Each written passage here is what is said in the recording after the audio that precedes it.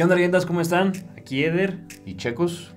Vamos a explicarles rápidamente de qué se trata este video, que es un clásico ya. Esta es la tercera vez del canal haciendo este resumen del año. Así es, y bueno, hoy les traemos las 12 mejores narraciones que hizo aquí su servilleta.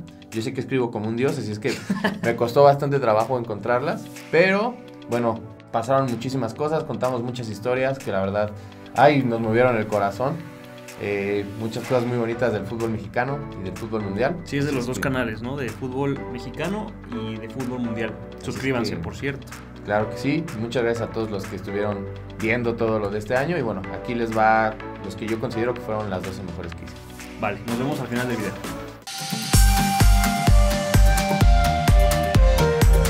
El ambiente es inmejorable, el estadio está prácticamente lleno, 22,000 aficionados apoyando al equipo.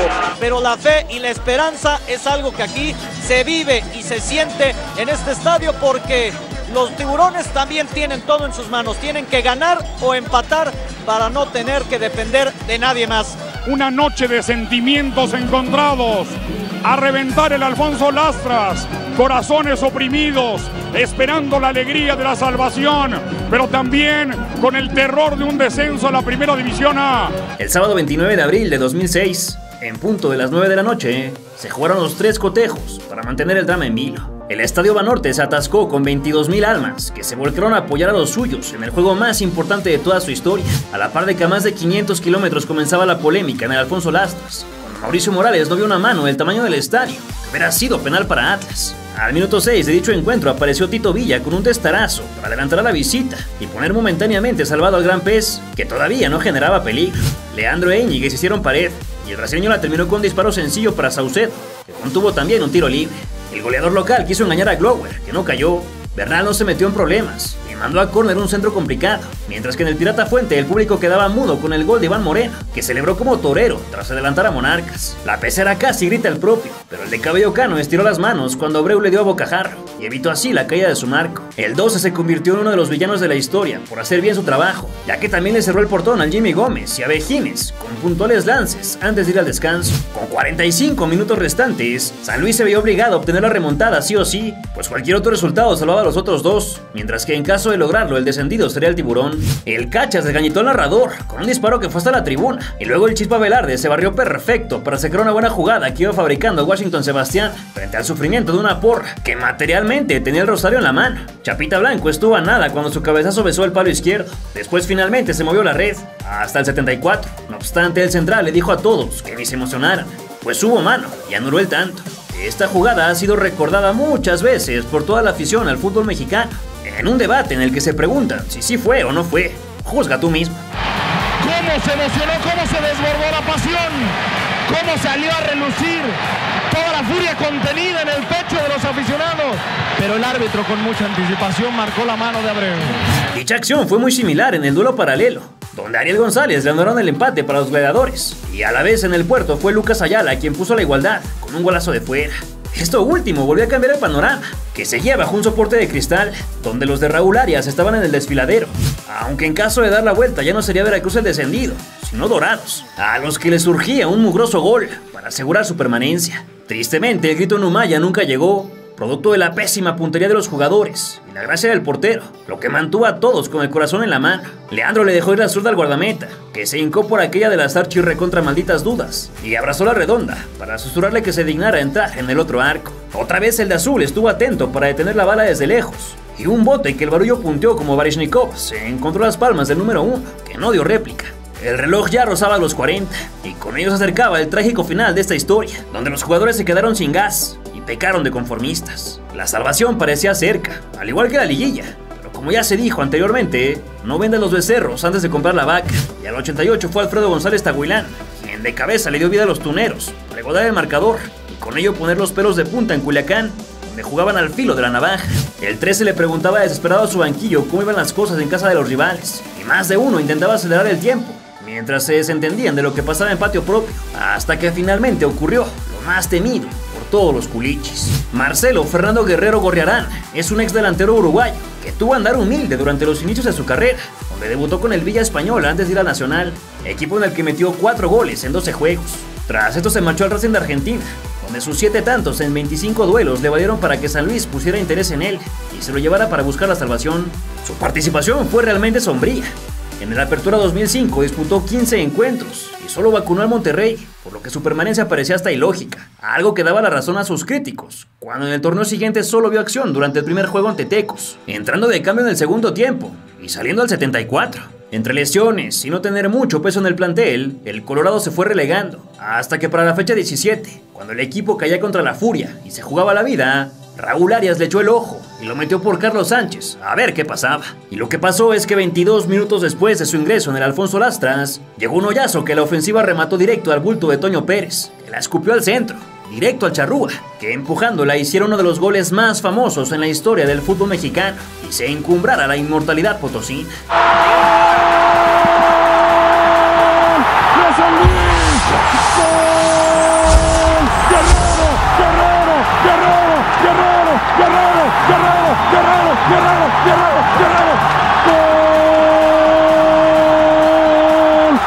San Luis, el gol, lo platicamos todos. Mira, el mejor comentario que se puede hacer es llevar la imagen de la tribuna aquí en la transmisión que hace Televisa.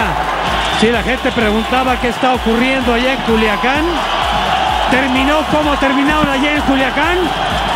¿Cómo acabaron? 0-0. 0-0, Dorados contra Pumas, con esto San Luis se salvaría.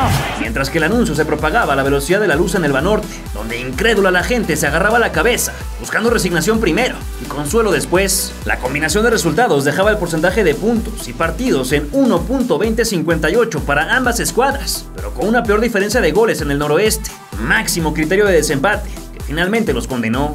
Los cachatores, ya cabizbajos por ver cómo se escapaba la salvación de sus manos, se lanzaron con todo al frente buscando su propio milagro, que ya no llegó, por lo que a escuchar el silbatazo, supieron que se terminaba el tiempo para la institución, en primera división. Así sonaron las golondrinas para los Dorados y la temporada regular, que irónicamente había dejado ambas escuadras clasificadas a la fase final, pero el reglamento le privó la participación a los culichis, por lo que su sitio lo tomó el Morelia. ¡Dorados! Ha descendido David Medrano. No lo saben muchos, se vienen a la banca a preguntar qué pasó. Seguramente va a ser un golpe muy duro, Paco, porque algunos no lo saben. Ahora sí, se van enterando poco a poco porque les van diciendo que San Luis hizo por su causa. San Luis consiguió 2 goles cuando Atlas se quedó con un hombre menos. San Luis hizo por su causa. Veracruz hizo por su causa. Dorados no pudo hacer por su causa. Está descendido. Sí, lo tenía en sus manos y no lo hizo. No sabía nada, pero Guardiola, los jugadores todavía no saben qué es lo que está pasando. San Luis se queda, San Luis se queda, San Luis se queda. Ahí tiene usted San la Luis imagen. se queda, señoras y señores. San Luis se queda, 0-0 Dorados Pumas y San Luis se queda en primera división, Lando Play.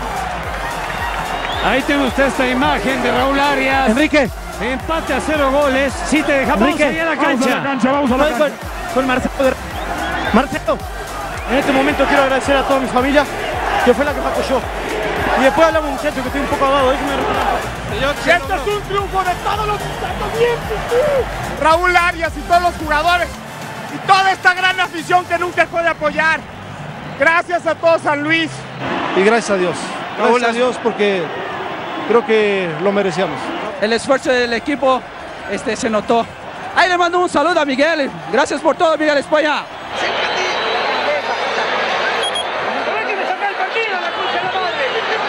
Silencio sepulcral en el Pacífico y algarabía completa en la Huasteca. De lo que pasó después quedan cosas por decir. San Luis llegó a la gran final del torneo tras echar al Atlante y romperle la corona al Toluca.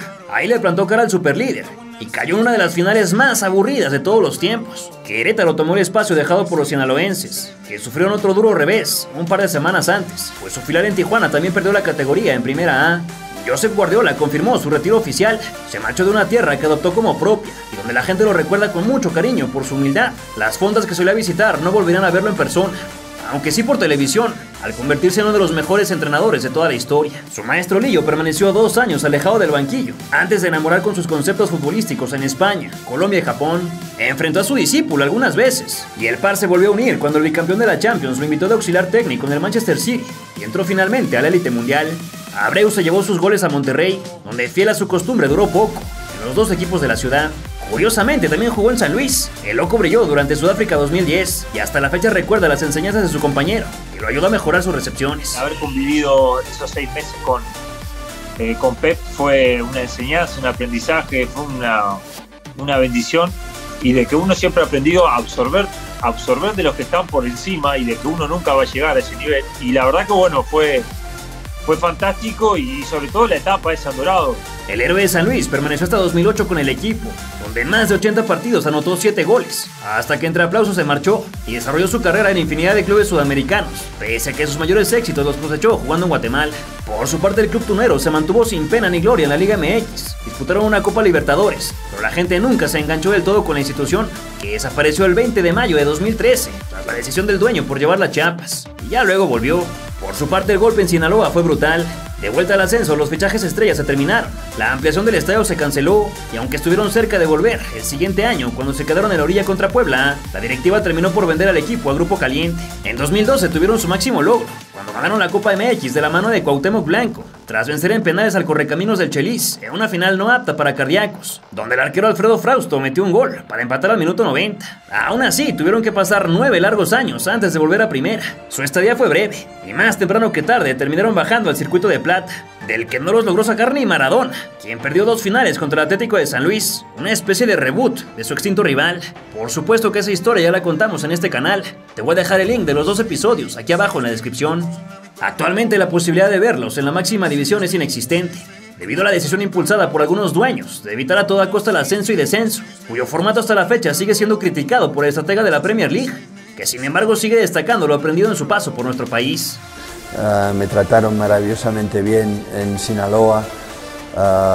Tengo muy buenos recuerdos, hicimos muy buena temporada, quedamos octavos, que lo que han hecho en el pasado te afecta en el presente, una cosa que jamás voy a entender, porque uno se juzga lo que haces, no lo que hacer en el pasado. No entiendo cómo se protege tanto a los equipos poderosos, a los pequeños, entrenado por de los mejores entrenadores que he tenido, Juan Malillo. Esperando un día poder volver a Sinaloa, a ver a gente que aún me consta que está allí. El destino de todos los involucrados terminó por separarse aquel día contra Pumas. Y pese a que parece imposible volverlos a ver juntos otra vez, el recuerdo del gran pez se mantiene nadando en el mar más importante, uno donde nunca se deja de pescar, el corazón de los que amamos a las más entrañables leyendas del fútbol mexicano. ¿Tú crees que hubo mano negra para beneficiar al San Luis? ¿Volveremos a ver a los del Pacífico en primera división alguna vez? ¿Cómo hubiera sido el futuro de la franquicia en caso de salvarse? Déjamelo saber en tus comentarios. Si te gustó este video con el drama del descenso en 2006, regálanos un like y compártelo con tus amigos que verdaderamente quieren a nuestro fútbol. Además de suscribirte si es que no lo has hecho, para que sigas conociendo a todas las leyendas del fútbol mexicano. El capítulo final se vivió el 29 de diciembre en punto de las 20:15 horas, cuando los dos salieron a matarse por ser vencedores. El reto no sería sencillo para la visita, que mantenía su mala racha de 12 sin ganar en el Coloso de Santa Úrsula, y se enfrentaba contra el rey de las remontadas, como ya habrás visto en lo que narramos de su liguilla. A rato lo mandaron al piso desde el primer minuto, pero Nico Sánchez consiguió el tiro de esquina, donde cayó el primer grito en el Azteca, aunque ahogado por una mano de Bruno Valdés. Martínez sacó un bombazo a las manos de Barovero, que cubrió bien el primer palo, y el agobio incesante fructificó a los 6, cuando el amuleto se dio la vuelta y puso un orgullo, con toda justicia, un equipo que lo merece, sin duda alguna, Rayados, campeón de México. Y ya era hora, se hizo desear mucho, pero por suerte somos campeones. Se lo dedicamos a ellos, a nuestra familia, al equipo y a todos los Rayados. Y bueno, esta final se me pudo dar. Felicidades, Rogelio. Muchas gracias. A pesar de tener un torneo muy regular, somos campeones y estamos muy contentos de estar acá. Gracias a ellos y al cuerpo técnico, a todos por su esfuerzo, y gracias a Dios se pudo dar. Si esta es la tercera que perdía, iban a criticar mucho, pero bueno, estoy muy contento. Sí, mi mamá, mi papá, mi hijo, todos juntos, así que se debe estar haciendo un banquete de arriba de felicidad.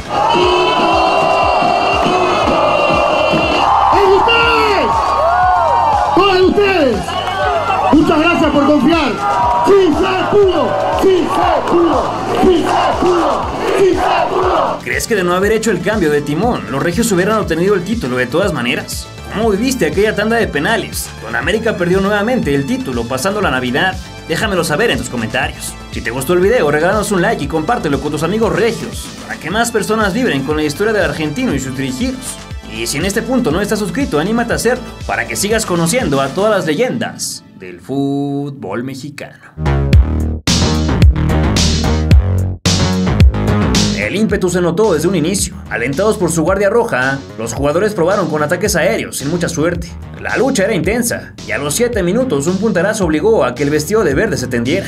Al killer albiceleste le dieron un abrazo que Marco Ortiz no sancionó. Martínez empujó a Gallegos antes de escupir algunas linduras. La pedrada de Jorge Sánchez ahogó en un zapato. Gallardo le pegó en la sonrisa del cuadrángulo, y en la esquina un tímido cabezazo no creció más. Zamora soltó un hachazo y provocó otro tiro de castigo, y Sijara pateó sin requerir más que una mirada de resguardo. Y los del Puerto coquetearon con el festejo, pasando el cuarto de hora, cuando obligaron a una salida del guardaballas, y con el portón abierto la mandaron a la publicidad cervecera. El Gorila obtuvo un chance en el banderín, que Fernández rechazó, y Eric Vera probó en el arco contrario. Furch bajó en el rectángulo, y se la quitaron con una barrida. Gallardo ganó todos los servicios por aire, y un disparo exterior no inquietó ni a los narradores. Harto del accionar de su equipo, Reynoso decidió ajustar, por lo que ingresó a Lugo y Peñalba, para después ser regañado por protestar un foul. Sánchez reventó el esférico en la barrera, Padilla bajó al 9, y la mejor llegó al 44, cuando el Queco se encontró un bombón que obligó al manotazo del cancerbero. En el añadido fue el nacido en Winifreda quien tocó el timbre cuando le pegó de media, y con ello se llegó a la rehidratación previa al último tiempo del cotejo, donde aguardaban 5 dianas y la definición del campeonato. Horst remató un costado y JC no pudo controlar un buen toque filtrado, pero obligó al despeje defensivo que se tradujo en córner. Ahí se abrieron las puertas del cofre, que escondía un lindo tesoro en forma de corona, para que el Cid campeador se la pusiera en la mollera y explotara así la pirotecnia. Allá viene el servicio del Queco. ¡Cabezazo!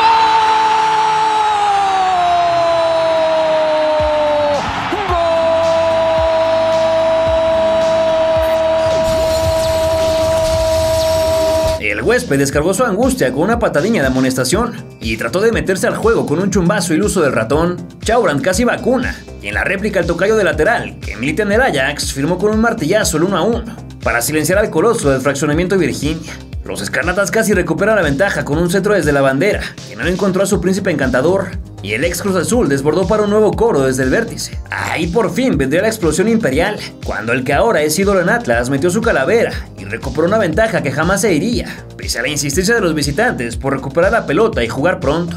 En los 30 finales casi llega el siguiente tanto, de no ser porque la defensiva aguantó el asedio del anfitrión, que se decidió a definir la contienda y dejar de sufrir. El Pipe, que pasó de noche, salió por Jonathan Valdivia. Edgar Hernández capturó una diagonal, y el Dorito siguió con su magia, tratando de imitar las del torero Joaquín, lo que desesperó a sus oponentes, quienes le mostraron el filo de la navaja.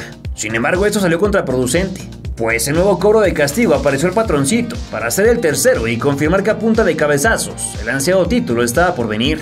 El anotador hizo falta en los linderos del área, pero su saga estuvo a la altura y rechazó todos los servicios al corazón que buscaban la red. Ya luego, para conseguir peso ofensivo, Kevin Chorán salió por Rodrigo Prieto, que arrolló a su tocayo previo a la intentona necaxista. La cara del asistente técnico denotaba que la misión remontada era imposible. El maestro quemó su último cartucho para ingresar a Meneses, y Poncho Sosa hizo lo propio con Alan García a 11 minutos del final.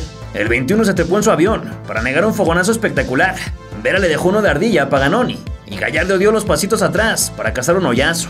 A 2 del veredicto, la victoria era prácticamente un hecho que clamaba por su cereza, una que llegó en los pies del Tino, con su helada resolución, para que Melitón Hernández pudiera mostrar la fe que cargaba su playera. Mira qué buena pelota, Julio Furch en el cuarto Furch, ¡gol!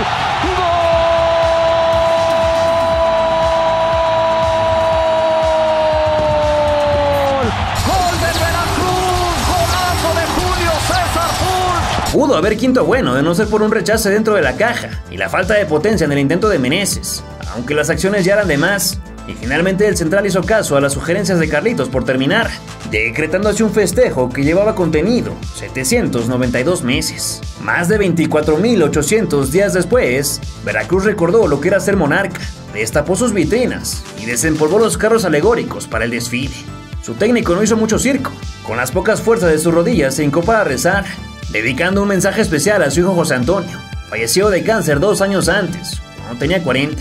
Después de la medalla y ver al Capi levantar el cáliz, se retiró a descansar para dejar de la fiesta a sus pupilos, que en un camión se fueron hasta el malecón y de allá a la Macroplaza para el festejo que se extendió hasta las 2:50 de la mañana y en el que inclusive se prometió la construcción de un nuevo estadio. Imagínese usted.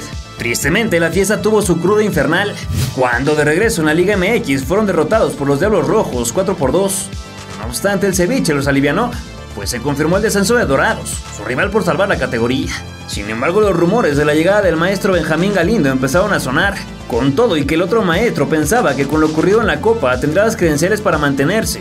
Algo que finalmente no se dio, pues el 12 de mayo se anunció su salida. A pesar de todo, la despedida no fue en malos términos, pues el sudamericano quedó como asesor del equipo y aseguró que la decisión fue tomada por él para continuar con su rehabilitación en la rodilla y pasar más tiempo con sus nietos. Con su partida se cerró el último gran capítulo en la historia del conjunto, que a partir de ahí pasaría de la luz a la completa oscuridad, marcada por disputas políticas, polémica, adeudos en el pago de salarios y vergonzosas rachas perdedoras que le dieron la vuelta al mundo al alcanzar 41 partidos sin victoria. 3 años más tarde de su histórica victoria, la institución fue desafiliada y su dueño acabó en la cárcel al ser acusado de fraude. Aunque recuperó la libertad y ha señalado su deseo por revivir al club, la fanaticada roja sigue esperando el día en que resurjan desde las profundidades del mar para recuperar su sitio como un equipo de leyenda del fútbol mexicano. ¿Quién crees que fue el jugador más determinante para conseguir el título de Copa? ¿Piensas que algún día el Veracruz vuelva a ser lo que antes fue? Déjamelo saber en tus comentarios. Si te gustó el video, no olvides regalarnos un like y compartirlo para que más personas conozcan la historia del terror que conquistó los mares coperos. Y por supuesto que si todavía no te suscribes, anímate a hacerlo para que sigas conociendo a todas las leyendas del fútbol mexicano. De querer un Superman, los directivos pasaron a buscar un Batman, encargado de relevar a Alberto de la Torre, que colgó la capa y se la regaló a Justino Compeán, antiguo organizador de festivales de rock, como el famosísimo Davándaro, colaborador en la organización de México 86, director del Club Necaxa, también del Estadio Azteca, cómo no. El nacido en 1940 se convirtió así en presidente de la Femex Food, y sin saberlo aún, lograría tener el segundo mandato más largo en la historia de la organización, solo por detrás de Guillermo Cañedo de la Bárcena, pues se mantuvo en el cargo por 9 largas vueltas al sol. Como 4 años no eran suficientes para levantar la copa, 12 tal vez lo harían. Y con eso en mente, Hugo Sánchez se postuló cual político en campaña, hasta que le hicieron caso para vivir su segunda etapa a bordo del Tri, esta vez como el definitivo. El bicampeón con Pumas se sentó en el trono, que tanto añoraba desde que lo ocupaba su archirrival, y como Claudio cuando usurpó al rey Hamlet, inició su tragedia shakespeariana, en la que terminó con un sabor más agrio que dulce. Debutó con su respectivo 2-0 contra los gringos, que parecía obligatorio para cada coach, y se preparó así rumbo a la Copa Oro, donde celebraron con bombo y platillo la inclusión de Cuauhtémoc Blanco, uno de los peleados con el manager anterior. Pero ni el conde de Tlatilco fue capaz de terminar con la hegemonía norteamericana, y en la final los aztecas se llevaron el primer dolor de esta administración, tras caer 2-1 en Chicago. No obstante, el equipo no estaba jugando mal, y sin mucho tiempo para lamentos, el claroscuro llegó un par de días después, cuando el Penta viajó a Venezuela para la Copa América, en la que se consiguió el tercer sitio, y con ello la última gran actuación de los tricolores en el torneo. No obstante, fue poco lo que el macho se mantuvo, pues el 15 de marzo de 2008 se puso la soga al cuello, cuando su flamante tridente ofensivo se topó con el único haitiano en el área, y terminó sin ir a los Juegos Olímpicos de Beijing, que le costó el puesto. De una vez te aviso que en este canal la postura es a favor de Hugo Sánchez, para que regrese a cualquier puesto en la federación, como técnico, directivo, presidente, asesor o lo que se quieran inventar. Pero es absurdo que el mayor talento deportivo que jamás ha tenido este fútbol esté oxidándose y se haga cada vez más viejo en un set de televisión, cuando cada vez que abre la boca es para decir algo que podría cambiar este fútbol, pero simplemente la gente piensa que no es humilde y por eso no lo dejan actuar. Terrible. Tras esto fue necesario echar mano de un interino, y el elegido fue José de Jesús Ramírez Rubalcaba, el que ya te contaba que lideró a aquellos conocidos como niños héroes. 3 años atrás, Chucho tomó las riendas por 5 partidos solamente, en los que ganó 4 y perdió un amistoso contra los argentinos en San Diego, hasta antes de dejar el asiento calientito para su relevo, que llegó con enorme cartel. De chile, mole y pozole, la nueva elección de los directivos fue darle esta vez la oportunidad a Sven-Göran Eriksson, técnico sueco, famoso por llevar los destinos de equipos como Benfica, Roma, Fiorentina, Sampdoria, Lazio y Manchester City, además de la selección inglesa, a la que dirigió en el Mundial de 2002. El europeo llegó con incontables hazañas, ligas, copas y todo tipo de logros en su currículum vitae. Sin embargo, a la hora buena vendió espejitos en su nueva chamba, la cual duró solo 13 partidos, en los que ganó 6, perdió el mismo número y empató 1. Tras caer 3-1 ante Honduras en las eliminatorias para Sudáfrica 2010 y en medio de rumores que lo vinculaban con el Portsmouth, fue cesado de su cargo y se marchó para no volver jamás. Aunque eso sí, no lo hizo solo, pues con su fama de mujeriego conquistó una cantante panameña, con la que se juntó durante su aventura por el continente americano, en la que se dice se la pasaba bailando, fiesteando, chupando, pero no trabajando.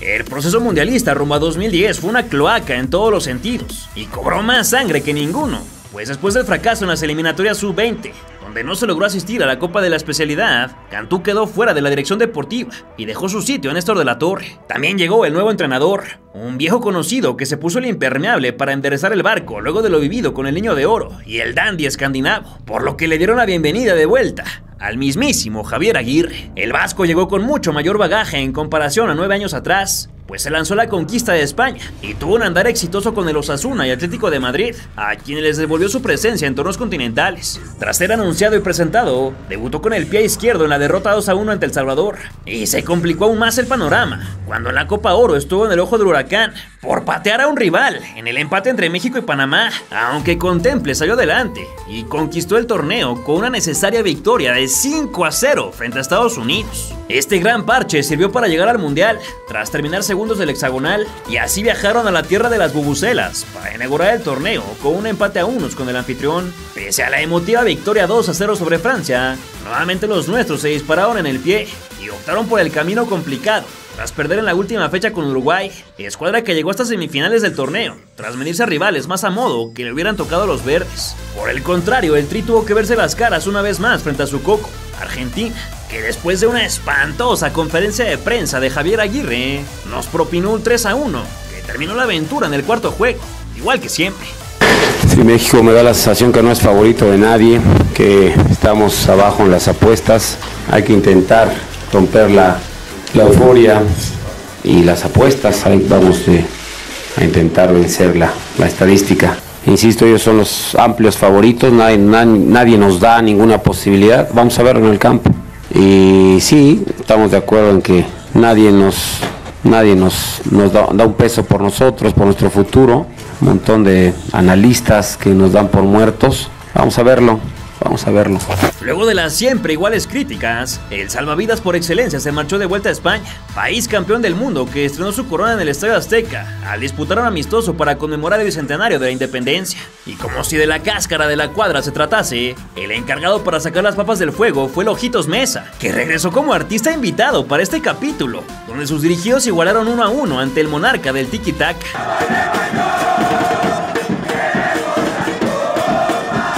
Somos unos afortunados de haber llegado hasta este punto. Seguimos siendo lo que somos, humildes, hermanos, creyentes, trabajadores y nos preocupamos unos por los otros. No tenemos que perder nada, pero podemos ganar mucho. Vamos a hacer... ¿qué? Campeones. Eso es. ¡Carajo, buena! ¡Vamos a ganar, papá! ¡Vamos a ganar! ¡1, 2, 3, Chivas, Chivas!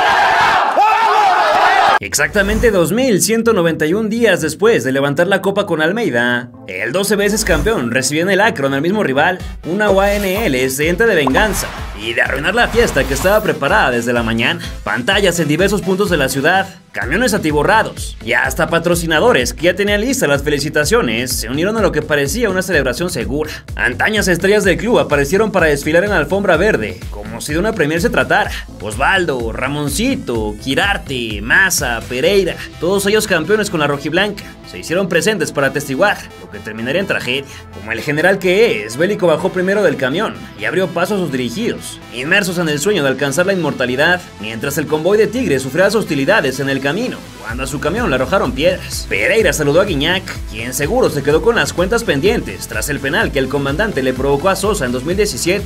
Con historias de guerra y superación en ambos bandos, la transmisión intentó ponerle un más sabor al caldo, aunque enfocada casi siempre en el próximo título de Guadalajara. En la explanada del estadio la gente hizo fila para canjear los boletos, algunos con costos excesivos de miles de pesos por culpa de la reventa, y en el empastado el arquero más polémico de nuestra liga calentaba con una playera que recordaba a sus libres y locos. 41,000 personas se dieron cita en el cemento para ver a su armada, con Miguel Jiménez en la portería, su línea de 4 recién formada en la liguilla, oso de contención y un parado meramente ofensivo, a diferencia del pasado, donde Guzmán y el Nene moverían los hilos para nutrir a Cisneros. Por su parte, Siboldi salió con el argentino en el arco, Pizarro, Reyes, Jesús Garza y Aquino en el fondo, Juan Pablo y Carioca como escudos, Diego Lainez y Quiñones por los costados, Córdoba de 10 y su delantero histórico para conseguir la sorpresa. El Gru se encomendó al cielo y un aficionado que miró todos los campeonatos en la historia del Chiverío fue el encargado, a sus 103 años, de llevar la pelota al árbitro. Azucena la de Jalisco entonó el himno nacional a capela, pues la música no fue necesaria, retumbando en los corazones de los presentes y en los soplidos del viento, que agitaba la gigantesca bandera con un mensaje especial para sus gladiadores. El medallista olímpico en Londres 2012 se unió a los rezos y en el conteo final llegó el momento de la verdad, el que certificaría al monarca del Clausura 2023. El guardameta quiso sacudir los nervios con un trazo largo que la saga cortó fácil. González buscó con imprecisión hacia adelante y del otro lado fue el ex Diablo quien sacó servicio, aunque lo cortaron sin dificultad. Posteriormente levantó otro dardo con el mismo destino y el Nene le pegó a cualquier lado, mientras todos se sentaban dentro del terreno. Lainez la bajó con la cara y medio atolondrado le pegó hacia los mitones. Su compañero hizo gala de la confianza que tanto le faltaba al otro cancerbero, cuando se lució con una atrapada poco usual y Alvarado se subió a la moto, pero ni en jet hubiera llegado su autopase. El oaxaqueño mostró la inseguridad que apresaba el guacho, quien otorgó su primer rebote de la noche. La defensa hizo oídos sordos al grito de Nayarita, que quiso quedarse un balón, y Mozo se disfrazó de Messi antes de comer hombro. Pasados los 10 minutos llegó el invitado especial, una genialidad del Piojo, el mejor hombre de su club durante la fiesta grande, quien se cargó gran parte del peso ofensivo, como para callar a este narrador, que durante todo el semestre no se cansó de criticarlo. El de Irapuato anestesió y aprovechó las falencias de Aquino para introducirse en el área, desde donde prendió cañón y la colocó en el rinconcito papá. Alimentando la locura de coincidencias, el anotador fue a celebrar como José Juan Vázquez lo hizo en la final anterior, y provocó la algarabía de un escenario inmejorable, donde irónicamente la ventaja había llegado demasiado pronto. ¡Álvaro a la puerta!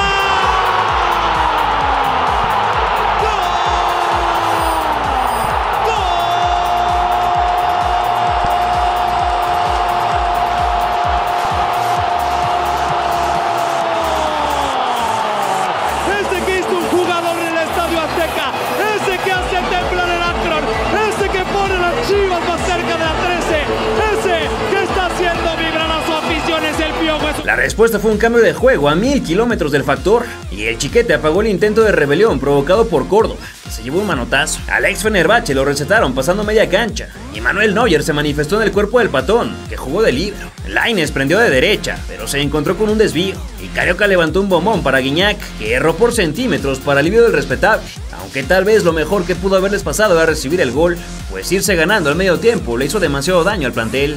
Vega se puso la de torero contra Guido, pero no pudo hacer la faena tras una barrida, y Cisneros se quedó cerca de salir en brazos de no ser por el portero, que defendió su poste atinadamente. Entonces llegó la segunda diana, cuando los desaparecidos del Guadalajara en liguilla recordaron su responsabilidad con la playera, pues en un centro del número 10 apareció el Pocho para incendiar el arco y dar lo que parecía un paso indiscutible hacia la anhelada estrella. La pelota viene buscando primer para el segundo gol.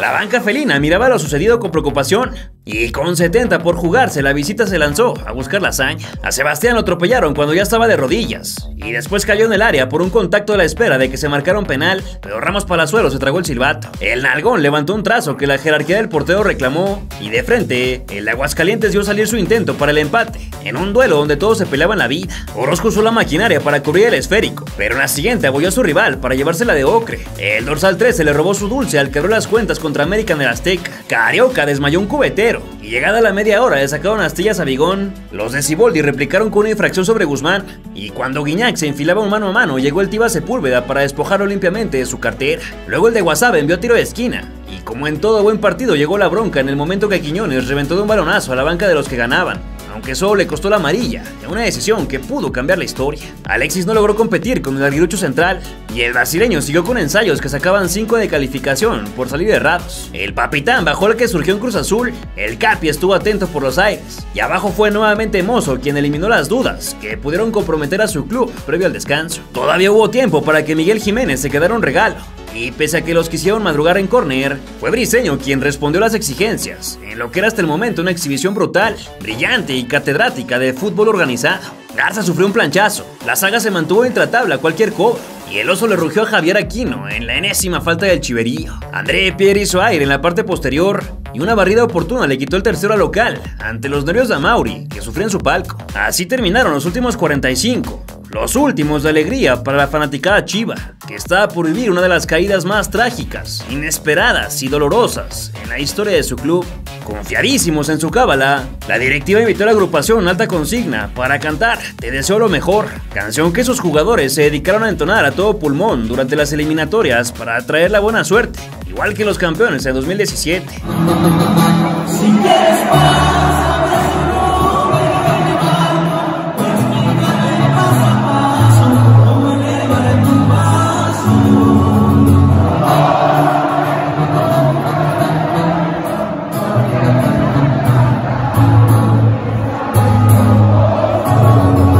No obstante, el buen Fario los abandonó para el complemento, al que ingresaron Nico López y Fernando Gorriarán, en lugar del factor y Xabigón, quien alzara 2 títulos contusos le quiso dar como venía, pero el Void fue a dar con la gente, y el Patón despejó un balonazo que Ronaldo Cisneros nunca pudo controlar a modo. Quiñones buscó por abajo, donde estuvo el Tiba, y Fernando González se lastimó la muñeca tras disputar una pelota en el área. El disparo del diente salió muy elevado por culpa de un taponazo, y la imprecisión en un pase final evitó que creciera una acción prometedora para los de Vergara. El héroe contra las Águilas secó a Sebastián, y los felinos, cada vez más lanzados al frente, negociaron un tiro de esquina que Guido no pudo conectar. Vega no quiso compartir el pastel en un contragolpe, y el lateral que pareció Zanetti en todo el torneo levantó a los suyos para exigir mayor ruido y que pesara la casa. Como pudo, Miguel Jiménez se las arregló para rescatar una nota con etiqueta de festejo, y una nueva réplica encontró nacido en febrero del 99 para alejar los embates. El originario de CDMX quiso tocar al centro sin alguien en la zona, y el dorsal 23 levantó un conector que paseó por todo el baúl sin ser empujado. El de nombre brasileño negoció un córner, y el Galo la quiso bajar para la entrada de un compañero, pero un nuevo despeje calmó las aguas en lo que se gastaba el reloj. El dominio era completamente de los huéspedes, que maltrataron al de Tonalá, y al 60 fue Veliko Paunovic quien tomó la decisión que cambió el rumbo y que empañó la gran temporada, además de quitarle la corona de la cabeza. El serbio traicionó la estirpe de su equipo y demostró haber aprendido poco de lo sucedido a lo largo del torneo, donde los entrenadores que hicieron planteamientos timoratos, defensivos y ratoneros acabaron perdiendo el resultado que tanto querían guardar. Pau nos sacó a Vega, que sin hacer mucho tuvo su mejor encuentro de liguilla, imagínate. Y también a Ronaldo Cisneros, su único 9 medianamente rescatable, para meter a Pavel Pérez y al Cone Brizuela. Tigre supo entonces lo que se rumoraba en el aire, pero nadie quería aceptar. Solo era cuestión de tiempo para reclamar en el marcador un partido que ya dominaba. Sin nada de qué preocuparse en zona baja, se desbocaron hacia adelante y encontraron pronto el premio, cuando el campeón del mundo sub-17 usó ilegalmente su extremidad, que fue sancionada como pena máxima. El mal llamado viejito tomó la responsabilidad, como lo exige su peso en la historia del club, y con firmeza cobró para desatar las primeras gotas de lo que sería una verdadera tormenta de lágrimas para el Guadalajara. Silva el árbitro, tiro, gol, gol de Tigre. Córdoba se quiso llevar la playera de Brizuela y luego cayó en la sonrisa de la caja, pero fue ignorado. Entonces apareció su figura, esa que tantas veces criticaron los americanistas, al asegurar que su pecho frío no daba para más, por lo que salió de Coapa cruzando la puerta trasera. El número 17, que incluso estuvo cerca de llegar a Chivas en su momento, tuvo una extraordinaria fiesta grande, en la que se cargó a los suyos con celebraciones en cada fase, y esta vez no fue la excepción, pues te la vivió soltando avisos que su rival ignoró. Primero se quedó un tachón más largo de empujar el servicio de Mariscal que le acomodaron, y luego fue una tijera suya la que le permitió lucir un poco al de los botines Pirma, que abrazó al balón rogando que los dejara en paz, pero este no hizo caso, y cuando llegaron a los 70 también lo hizo el empate, gracias a la visión de Aquino con un globo directo a la testa del que movía los hilos, que remató con la complicidad del Guacho y de Mozo, tras una terrible falta de comunicación que el lateral le reclamó a su compañero, pues el de verde debió salir, pero se amarró. Trata de clavar el centro, va para Córdoba. ¡Gol! ¡Gol!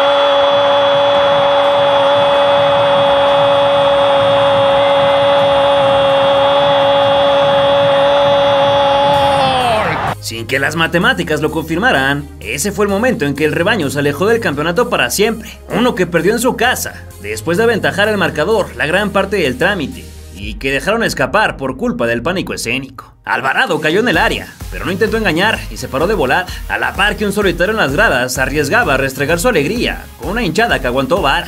Los rojiblancos medio se acordaron de atacar, sin duda de sus piezas más importantes, y en un contragolpe el uruguayo campeón de goleo casi les casca el tercero, aunque el cadenero salió a arrollar sin pensar mucho en el fuera de lugar. Beltrán se adentró en terrenos de alerta y probó al sudamericano. Ambos conjuntos se picaron las crestas y Pérez tuvo la magia en sus pies, pero le pegó tan tibio como lo fue su accionar en todo el partido, al que entró como supuesto revulsivo. Rubén Fernando corretó a su oponente para enviarla al vértice, y el mediocampista que habla portugués volvió a pegarle sin miedo al éxito, pese a que no modificó la equidad.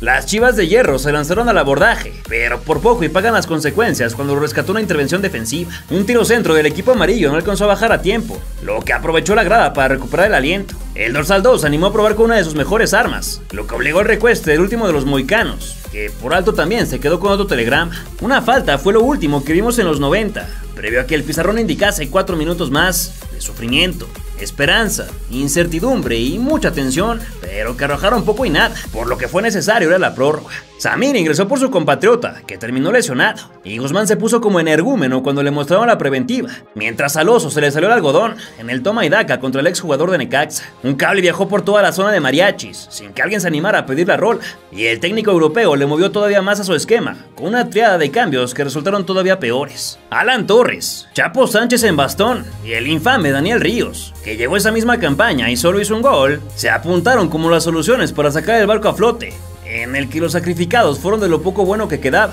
ya que Mozo y González se marcharon del terruño, al igual que Pavel Pérez, que había entrado 40 minutos atrás. Nico Ibáñez se hizo de paradas con el que eliminó al Atlas, que lo quiso levantar del piso, y nuevamente el de Tepic angustió a medio mundo cuando escupió una bola que Messier Guiñac no pudo canjear por el gane. Luis Quiñones reventó la cruceta, y el adormilado conjunto jalisciense se vio obligado a aguantar 15 minutos más ante un enemigo convencido de su superioridad y de que podía ganarlo sin necesidad de ir a penales, en donde también habrían tenido clara ventaja, hay que decirlo. Aquino quedó muy dolido, y cuando todos pensaban que exageraba en su actuación, se dieron cuenta de que no estaba mintiendo, aunque pudo reincorporarse de la dormilona que le hicieron. Sepúlveda mandó hacia afuera una diagonal del colombiano, y de aquí nació la acción, que seguramente torturará por varias campañas, tanto a los involucrados como a las generaciones de chivarmanos que lo vivieron aquella noche. Nando fue hasta la bandera, Pollo y Córdoba se dieron de empujones, el Pocho se paró con Guido a primer palo, y la pelota viajó por aire para vivir una serie de rebotes antes de ser salvada en la línea, pero redirigida hacia el coco del argentino, que se quedó sin marca y la rebotó en una cabeza para formar una parábola en cámara lenta, que se fue a dormir en la red. No importó la poca fuerza y colocación, pues ni el Pocho ni el Guacho Jiménez reaccionaron para cortar su trayectoria, y con los reflejos de un octogenario, miraron la caída del arco y la condena del rebaño sagrado.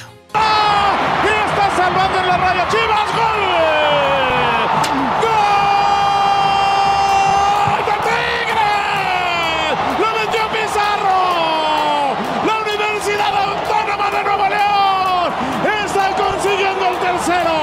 El plantel completo fue gritado en las caras del mundo que estaba en su contra y que los bañó con vasos al por mayor, pero ni un yunque de caricatura les hubiera quitado la satisfacción de lo que estaban a solo 11 minutos de lograr. El festejo comenzó en Monterrey, mientras Guzmán empezó con su show para dejarse caer con medio cuerpo en zona de anotación. El Pollo se plantó con ventaja, y aunque la bola cayó en el jugador de mayor empuje y amor propio, también estuvo en los pies erróneos, pues sacó los dotes defensivos y la tocó mal cuando buscaba asociarse, aunque Ríos ni se movió de su lugar. El genio y figura del torneo no pudo irse como cualquiera, y se llevó la roja 5 del final, por meter la mano a la intocable sobre la grama.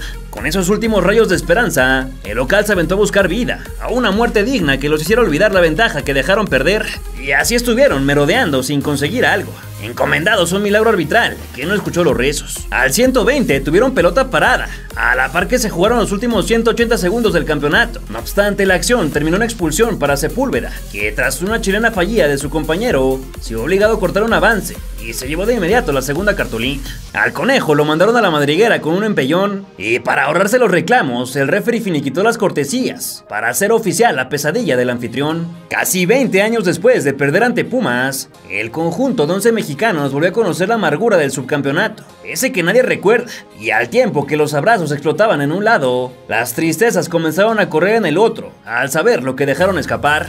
De cualquier modo hubo lugar para la categoría deportiva, esa que le faltó 6 años atrás a su rival, y por lo que a partir de ese momento se cancelaron los reconocimientos al perdedor, con el dolor refugiado en la garganta. Futbolistas, cuerpo técnico, directiva, el dueño y algunos aficionados se quedaron ahí parados para reconocer y aplaudir el logro de los felinos. Tan cercanos a la estampa que debió ser suya, las caras largas no tuvieron de otra más que tragarse el coraje y aceptar el destino de un torneo que se les negó. Esa noche sería inmensamente oscura y los días posteriores también, con el remordimiento de lo que se pudo haber hecho y quedó guardado en la maleta.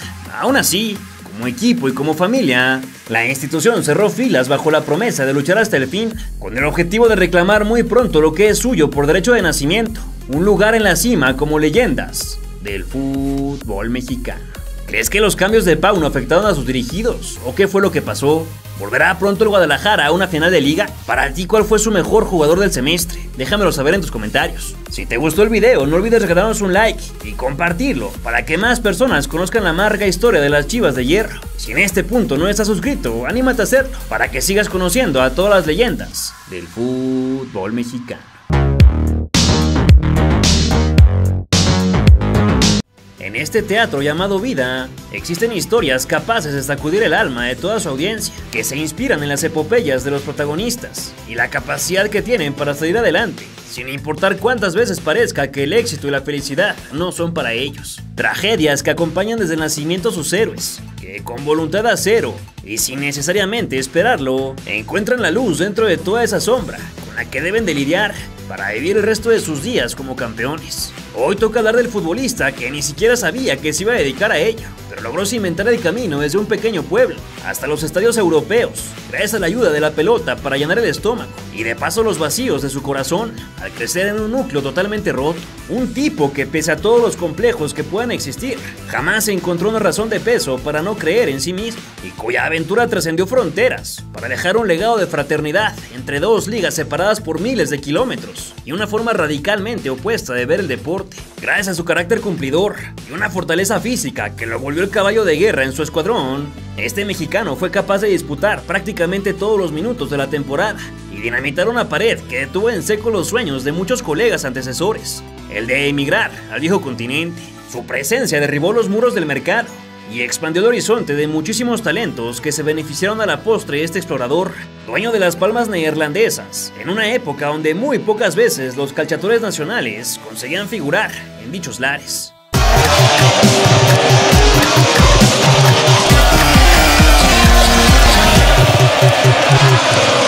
Carlos Arnoldo Salcido Flores nació el 2 de abril de 1980 en Ocotlán, Jalisco, donde creció junto a una familia de 7 hermanos, marcada por las carencias. A los 10 años se plantó de cara frente a la tragedia, cuando su madre falleció de cáncer, lo que dejó una fractura irreparable en su familia, principalmente en su papá, exjugador de segunda división con La Piedad, que se refugió en el alcohol para olvidar las penas. La mayoría de sus hermanos se cruzaron al otro lado, dejándolo prácticamente solo, y a los 13 años decidió marcharse a Guadalajara para vivir con su tía María Eugenia y buscar una vida mejor. Trabajó lavando camiones, atendiendo una ferretería y hasta en una fábrica, donde aprendió el oficio del soplado de vidrio, aunque ni eso era suficiente para traer más dinero en el bolsillo, por lo que realizó 3 intentos fallidos de buscar el sueño americano, que afortunadamente no se le cumplió. Cuando parecía que en su destino estaba dedicarse a la fabricación de muebles, al igual que varios familiares, aprovechó un día en el que estaba desempleado para alentar a sus amigos del barrio en un partido. Sin embargo, el juego de la vida y el de la pelota le tenían preparada una sorpresa mayor. Como sus cuates estaban incompletos, tuvieron que echar mano de su espectador, que con pantalón doblado y zapatos de charol entró al polvorín para dar cátedra, sin saber que ahí se encontraba Ramón Candelario, un visor que le cambiaría su futuro por completo. El profe le presentó la alternativa de convertirse en profesional, y aunque el protagonista de este video se negó en principio, la oferta de 1,500 quincenales, más del doble de lo que ganaba en sus chambitas, le hizo cambiar de opinión. Se regresó al pueblo para obtener los papeles que le pedían, y sus hermanos le mandaron tenis de béisbol desde el Gabacho para que se uniera al Club Oro Jalisco, donde algunas veces los entrenadores tenían que prestarle para sus pasajes. El siguiente escaparate llegó gracias a José Luis Real, quien lo invitó al Tapatío, equipo filial de Guadalajara, y como el joven que en ese entonces se desempeñaba de volante era chivermano a morir, no se la pensó 2 veces para llegar al club de sus amores. Después de un vertiginoso ascenso, lo debutó Oscar Ruggeri, quien le dio a probar 20 minutos de primera división el 22 de julio de 2001, aunque un pleito entre la promotora de Salvador Martínez Garza y el club, además del clásico mareo de la fama prematura que invade a los jugadores, le hizo caer de su ladrillo. A pesar de que pensó en retirarse por la frustración, el Güero lo convenció de continuar, hasta que se ganó su regreso bajo el mando del Yayo de la Torre, quien lo utilizó como central por izquierda, afianzándose como titular en un cuadro de lujo que fue subcampeón tras perder el Clausura 2004 contra Pumas. Poco después fue citado por Ricardo Lavolpe para militar en el Tri, y aunque el bigotón se confundía de nombre y lo llamaba Cirilo, poco tardó en convertirlo en uno de sus infaltables, por lo que disputó la Copa Confederaciones del 2005, donde fue figura al sacar a Ronaldinho y después marcarle un portento a Argentina. La individual de Salcido, Luis Ernesto Salcido, Salcido.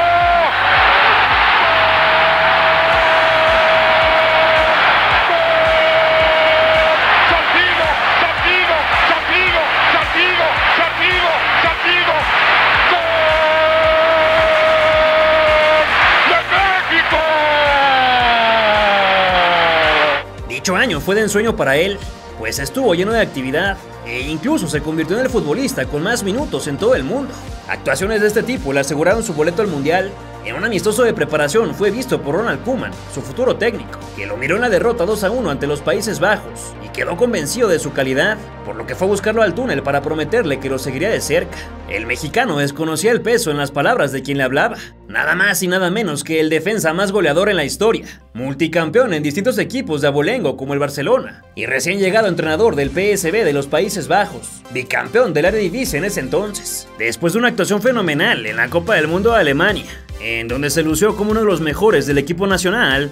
Comenzó la batalla por sus servicios, pero al final ganaron los rojiblancos, que hicieron caso a la recomendación de Hans Westerhoff, uno de sus mentores, y decidieron ficharlo a los 26 años. El 10 de julio de 2006 se hizo oficial su llegada a cambio de 4 millones de euros, en una transacción cuyo rumor era que también estaban involucrados los Blues, que contarían con 20% de los derechos, y se lo llevarían con ellos un par de años después, algo que lamentablemente no ocurrió. De ver cómo le embargaban una televisión, pasó a jugar para los dueños de Philips, uno de los máximos fabricantes, y se convirtió apenas en el segundo azteca en llegar a la división de honor, sucediendo a Joaquín del Olmo, quien tuvo una breve y olvidable estancia con el Vitesse. En su pueblo lo despidieron como un héroe, llenó la plaza principal de Ocotlán con 500 personas que acudieron a homenajearlo, y frente a la tienda de deportes de su papá, hizo la promesa de poner el nombre de su tierra muy en alto, y tardar bastante en regresar. Sin embargo, lo más difícil estaba por venir, y aunque la decisión de irse fue acertada, también tuvo que vivir el duro infierno de la adaptación en un país al cual solo relacionaba con los helados. La mitad de la temporada estuvo sin su familia, ya que por el embarazo de su esposa se debió asentar en solitario, en un lugar donde no entendía ni pío del idioma, y mucho menos las costumbres. Su representante lo abandonó tan pronto como aterrizaron, y ni tiempo tuvo de buscar a otro, pues se fue a un cuadrangular en Inglaterra, donde debutó en el triunfo de 3-2 ante Newcastle. A sus primeros entrenamientos llegó tarde por no saber cómo darle indicaciones al taxista, y el teléfono se convirtió en su único aliado para sentir la calidez latina, que añoraba tantas millas de distancia. Como no sabía de lugares para comer, acabó alimentándose de hamburguesas y comida chatarra, hasta que los descuidos le cobraron factura y se desmayó en un entrenamiento.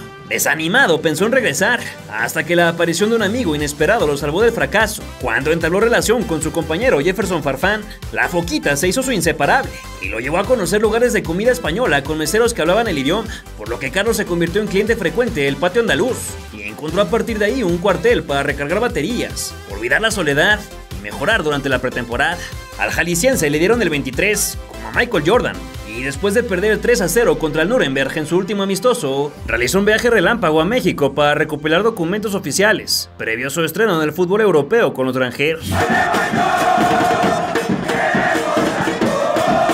Chivas se hizo sentir como local. Desde que Toros llegó al estadio, lo supo. El ambiente era de fiesta, y adentro se brindaba al público la muerte del toro.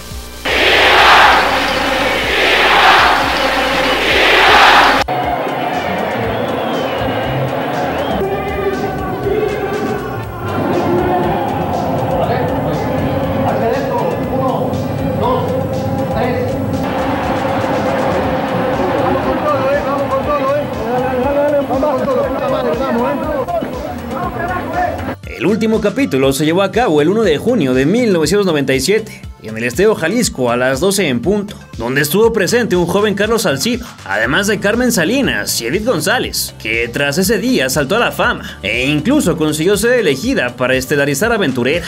En el camino al recinto, los jugadores vivieron desde el camión un momento que jamás olvidarán, pues finalmente les cayó el 20 de lo que estaban a 90 minutos de lograr, cuando vieron los preparativos del festejo, algo que les intimidó, según Camilo Romero. En la final nosotros nos concentrábamos en un hotel de la avenida López Mateos. Justo cuando íbamos pasando por el club ya estaba la fiesta. Estaba lleno, estaban las pantallas para ver el partido. Ahí nos dio un tipo de nervio y responsabilidad. Nos quedamos todos callados, después de que veníamos platicando y cantando. Cumpliendo con su misión de pastor, Ferretti fue quien se encargó de tranquilizarlos con la misma confianza que tuvo 6 meses atrás, para asegurar que ese torneo sería el bueno. El Tuca se paró y dijo: no se caguen, síganse divirtiendo. La fiesta está allá y a esta gente hay que darle la felicidad. Hay que llegar de frac y vestirnos como lo que somos, el equipo más popular y ganador de México. Festejaremos en casa como lo quiere la gente y lo piden nuestras familias. 60,000 personas abarrotaron el corral, enfundadas con banderas y playeras rojiblancas, que portaban un escudo con entonces 9 estrellas. Los pelos y el rostro pintados no faltaron, además de una marioneta de Mohamed, que los aficionados deshicieron a patadas, como cábala para sacar al jugador más talentoso del contrario. Sombreros, cornetas y caras maquilladas gritaron el Chivas, Chivas al unísono, mientras todo el equipo se juntaba para la foto y la mascota se ponía de rodillas para implorar fortuna, lo que a la postre se convirtió en un meme. Unos pocos también se ubicaron en la parte alta para apoyar a la visita, pero sin importar la afiliación deportiva, todos entonaron el himno nacional antes de que Arturo Bricio diera el pitazo inicial. Nacho Vázquez inauguró los disparos de un primer tiempo que, contrario a la creencia popular, no fue sencillo y tuvo tintes de complicación en algunos momentos, pues el cuadro del Ojito se paró con personalidad en el campo y buscó sorprender. Pronto comenzaron las faltas de ambos lados, como fue costumbre en todo el torneo, y el turco colgó un envío largo que reclamó Zúñiga antes de que a Suárez le perdonaran un codazo. Al Piojo le dieron candela y Pony tocó la puerta antes de los 15 minutos, que también arrojaron un soldado caído por culpa de una dura plancha de Vázquez sobre Zárate. Otra vez Ruiz fue quien estuvo cerca cuando la bola se le escurrió a todos en el área y le quedó a merced para empujar, pero el Pulpo salió sin miedo para mandar a tiro de esquina. Matador hizo la triangulación y metió izquierdazo, que se fue abriendo. El Tilón cobró cerrado un córner y Briseño pudo sorprender, pero ejecutó muy fuerte. El propio número 20 miró la amarilla. Lario se tardó años en salir a cortar un centro que hizo viento en la red. Mohamed reclamó que le jalaron la playera y después se comió otro foul pasado la mitad del primer tiempo. El que metió el empate durante la ida estuvo a punto de repetir la maldad por vía aérea. Herrera tuvo que bajar a Paulo César y Jesús López Meneses se llevó una dura lesión en la rodilla tras una mala caída, lo que obligó a su salida para dar ingreso a Germán Arangio. Vázquez la pudo leer, pero Humberto González estuvo impecable y el huésped le pegó de donde fuera, a ver si se encontraba una grande a falta de 10 para descansar. Los nervios estaban a flor de piel, principalmente en los jóvenes, ya que de las Chivas eran pocos los que contaban con experiencia o campeonatos en su haber, y esto lo aprovechó el equipo rojo para maniatar, dormir y desesperar a Guadalajara, que veía todos sus intentos acabar en los guanteletes. La más cercana le llegó precisamente al de San Ignacio Cerro Gordo, que escapó dentro del área y definió para complicar a Miguelito, que en su intento por despejar reventó el palo. Esto animó a los tapatíos, que buscaban el arco y se llevaron de corbata a Larios Iwasaki, quien puso de su cosecha para quemar segundos en el reloj. Una vez más tuvo que intervenir la saga para enviar al banderín, y desde ahí llegó un testarazo que paró al público, aunque hubo fuera de lugar.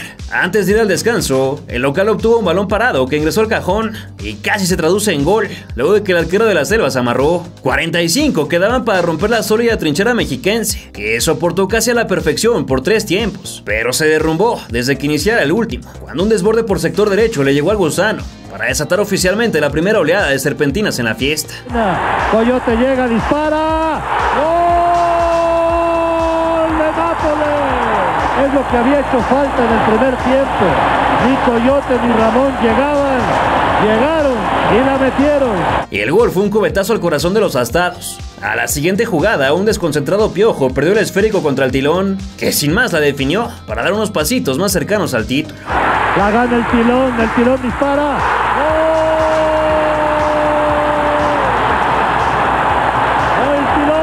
Toros Neza perdió la cabeza y comenzó a provocar más faltas, mientras que el ex Zacatepec los mantuvo con vida tras impedir la tercera diana, aunque fue por poco tiempo, ya que en un tiro de esquina apareció una vez más Nápoles Monteón, que salió enrachado para lograr el segundo de su cuenta personal en una jornada que sería histórica para él.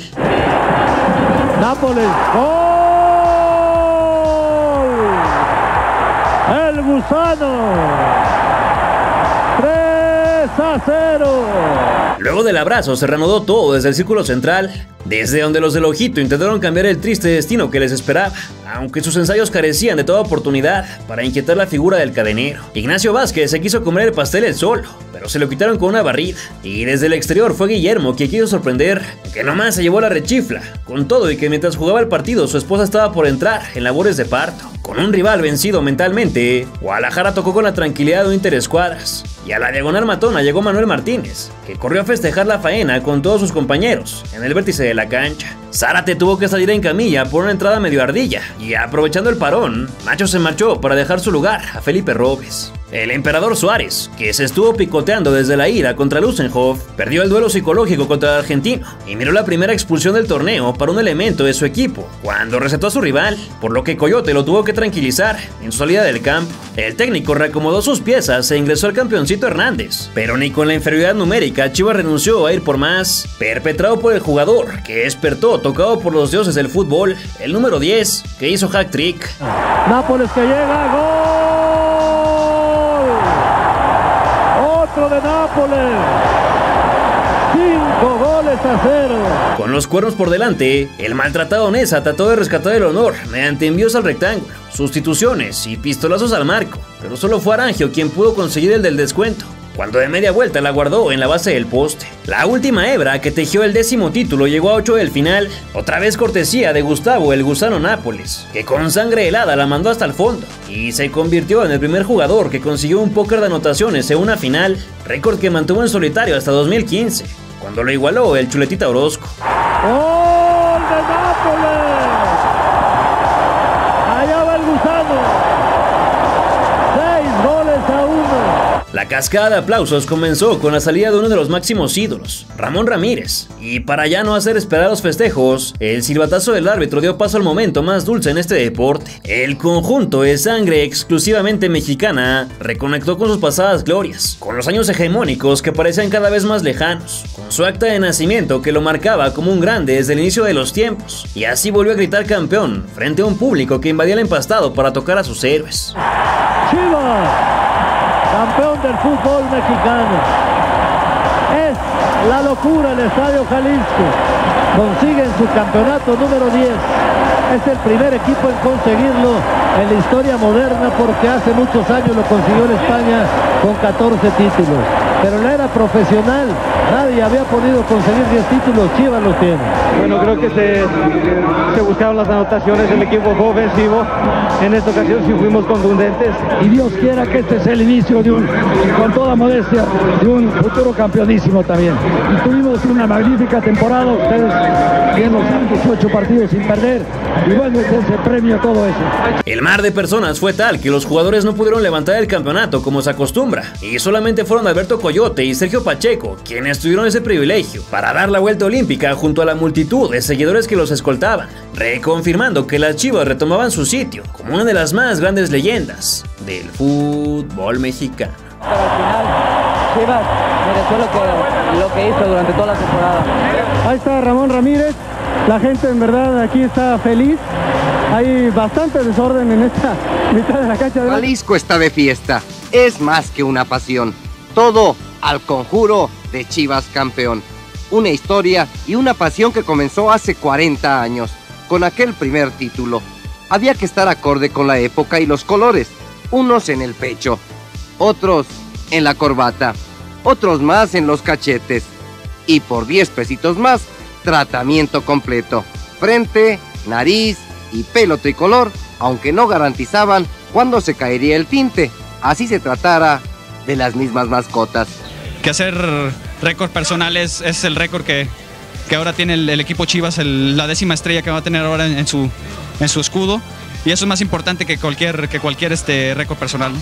Ya hemos remado contra la corriente, ¿no? Y al final el fútbol fue el que se impuso, ¿no? Y Guadalajara tenía suficiente como para hacerlo. Culminaron con este objetivo final después de tantas metas que nosotros tuvimos que vencer. Yo siento que merecen, porque realmente dieron todo, hicieron todo para que esto fuera posible. Seguimos al equipo campeón del torneo de verano 1997, desde la salida misma, triunfal por cierto en el Estadio Jalisco, hasta su intento frustrado de llegar a la Minerva. el gran punto de reunión cuando hay algo que festejar. Los héroes de cancha hicieron posible uno de los festejos más fervorosos que recordamos. 25 largos años tuvieron que pasar para que los ganadores tomaran la foto con el trofeo, cuando se reencontraron ya con varias canas, poco pelo, panzas grandes y más rasgos del paso del tiempo, que los habrá mermado físicamente en el retiro, pero que jamás cambió su amor por el rebaño sagrado. ¿Quién es tu jugador favorito de esas poderosas Chivas del 97? ¿Cuánta importancia tuvo Salvador Martínez Garza con su promotora para conseguir el 10º éxito? ¿Crees que los toros merecían algo más? Déjamelo saber en tus comentarios. Y si te gustó el video, no olvides regalar like y compartirlo, para que más personas conozcan la historia del título partido a partido. Por supuesto que te invito a suscribirte si aún no lo has hecho, para que sigas conociendo este rompecabezas de todas las leyendas del fútbol mexicano. A sabiendas de que la victoria los convertía en campeones, el Club del Pueblo no vaciló en intenciones y abarrotó su casa, que como una bestia expulsaba humo por las fosas nasales. Un cuarto de hora les tomó destapar la champaña, cuando Idrissi se metió hasta la cocina y los acercó un poco más al 16º título en su historia. Menos de 180 segundos después llegó Santiago Jiménez con su último gol de la temporada, el 23, y uno de gran estética, en el que se tendió para romper los hilos y desatar las lágrimas de la afición, expectante del máximo momento que tiene este deporte. Santiago Jiménez ha marcado su 15º gol en la temporada, su gol 15 en la Eredivisie. Con esto Mario Carrillo va a pelear no solamente por el título de la Eredivisie, el Feyenoord va a pelear también por el título de goleo con Santiago Jiménez.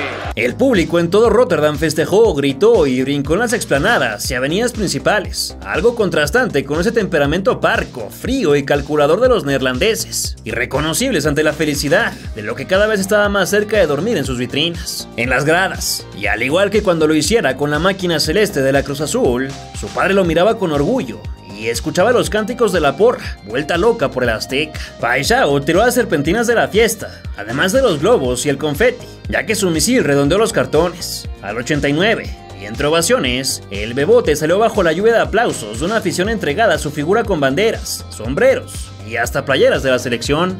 Y este reconocimiento no se le va a olvidar nunca a Santiago Jiménez, ni al Chaco que está en la tribuna, ni a su papá, ni a su mamá, a ninguno de sus familiares, pero sobre todo no se le va a olvidar, insisto, Mario Carrillo, a Santiago Jiménez. Se dio tiempo de abrazarse con cada miembro del cuerpo técnico y tras el pitazo final se convirtió en el 6º futbolista mexicano capaz de ganar ese torneo, uniéndose a Carlos Salcido, Héctor Moreno, Andrés Guardado, Irving Lozano y Edson Álvarez. Su equipo terminó en la cima con 79 puntos, 8 más que el PSV a falta de 2 partidos. Y por si fuera poco, se quedó a 2 tantos de Anastasios Doubicas en la lucha por el trofeo de artilleros, que no conquistó, pero que deja constancia de sus logros dignos de enmarcar durante el primer año en Países Bajos.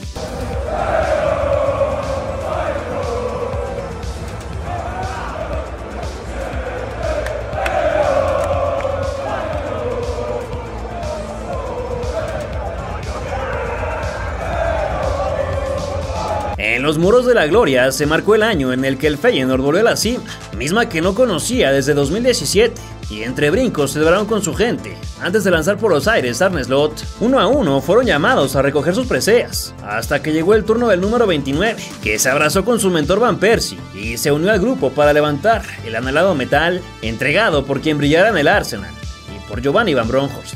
El momento más esperado. Ahí está Coxu para recibir el trofeo de Van Persie y de Van Bronckhorst.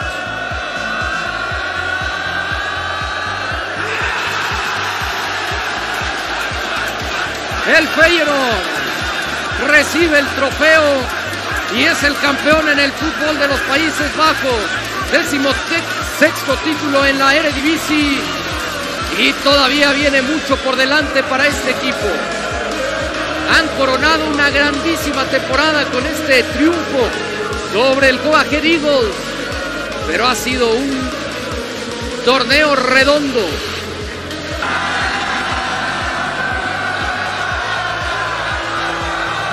Sí, fue algo demasiado emocionante. Sinceramente, cuando fuimos campeones me puse en tiempo presente, traté de disfrutar todo lo que tenía alrededor y los fanáticos hicieron una fiesta increíble. Y hoy creo que la recompensa es bastante bonita, pero es más bonita cuando volteas a ver atrás y ves todo lo que has pasado. Pero hoy lo único que me queda es agradecerles porque desde el día 1 sentí ese apoyo incondicional.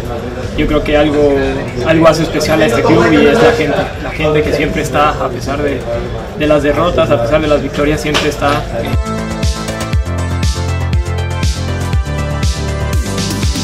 Luego de los festejos y de 8 partidos al hilo marcando en la liga, se iría en blanco en los últimos 2 juegos del calendario, aunque no sin oportunidades. Contra Emen estuvo cerca de mojar con la testa, y aunque Sitkovic lo sorprendió al inaugurar el electrónico, una vez más el orgullo del sur saldría bien librado al final, pues Idrissa equiparó los cartones unos minutos después, gracias a la potencia de su prodigiosa extremidad derecha. Al Chaco Junior lo pintaron de amarillo por darle duro al número 2, lo que dejó caliente a sus rivales, y Lorenzo Burnett se desquitó, no llegó a mayores. Posteriormente ganó por arriba en un envío al que no alcanzó a darle dirección y una vez más fue presa de la mala puntería cuando falló una clara. Por fortuna, quien sí salió fino fue Danilo, que con un doblete prolongó la fiesta del campeón.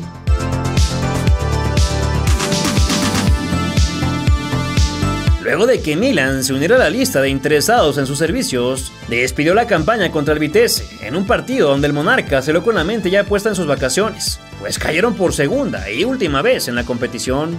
En el primer cuarto tuvo su chance de abonar al gol, pero el central se lo quitó con una aparición oportuna. 10 minutos después abrieron el marcador, mas el silbante invalidó lo conseguido, y el delantero mejor se puso a platicar con su tocayo en dorsal, que se recuperaba de un dolorcillo en el piso.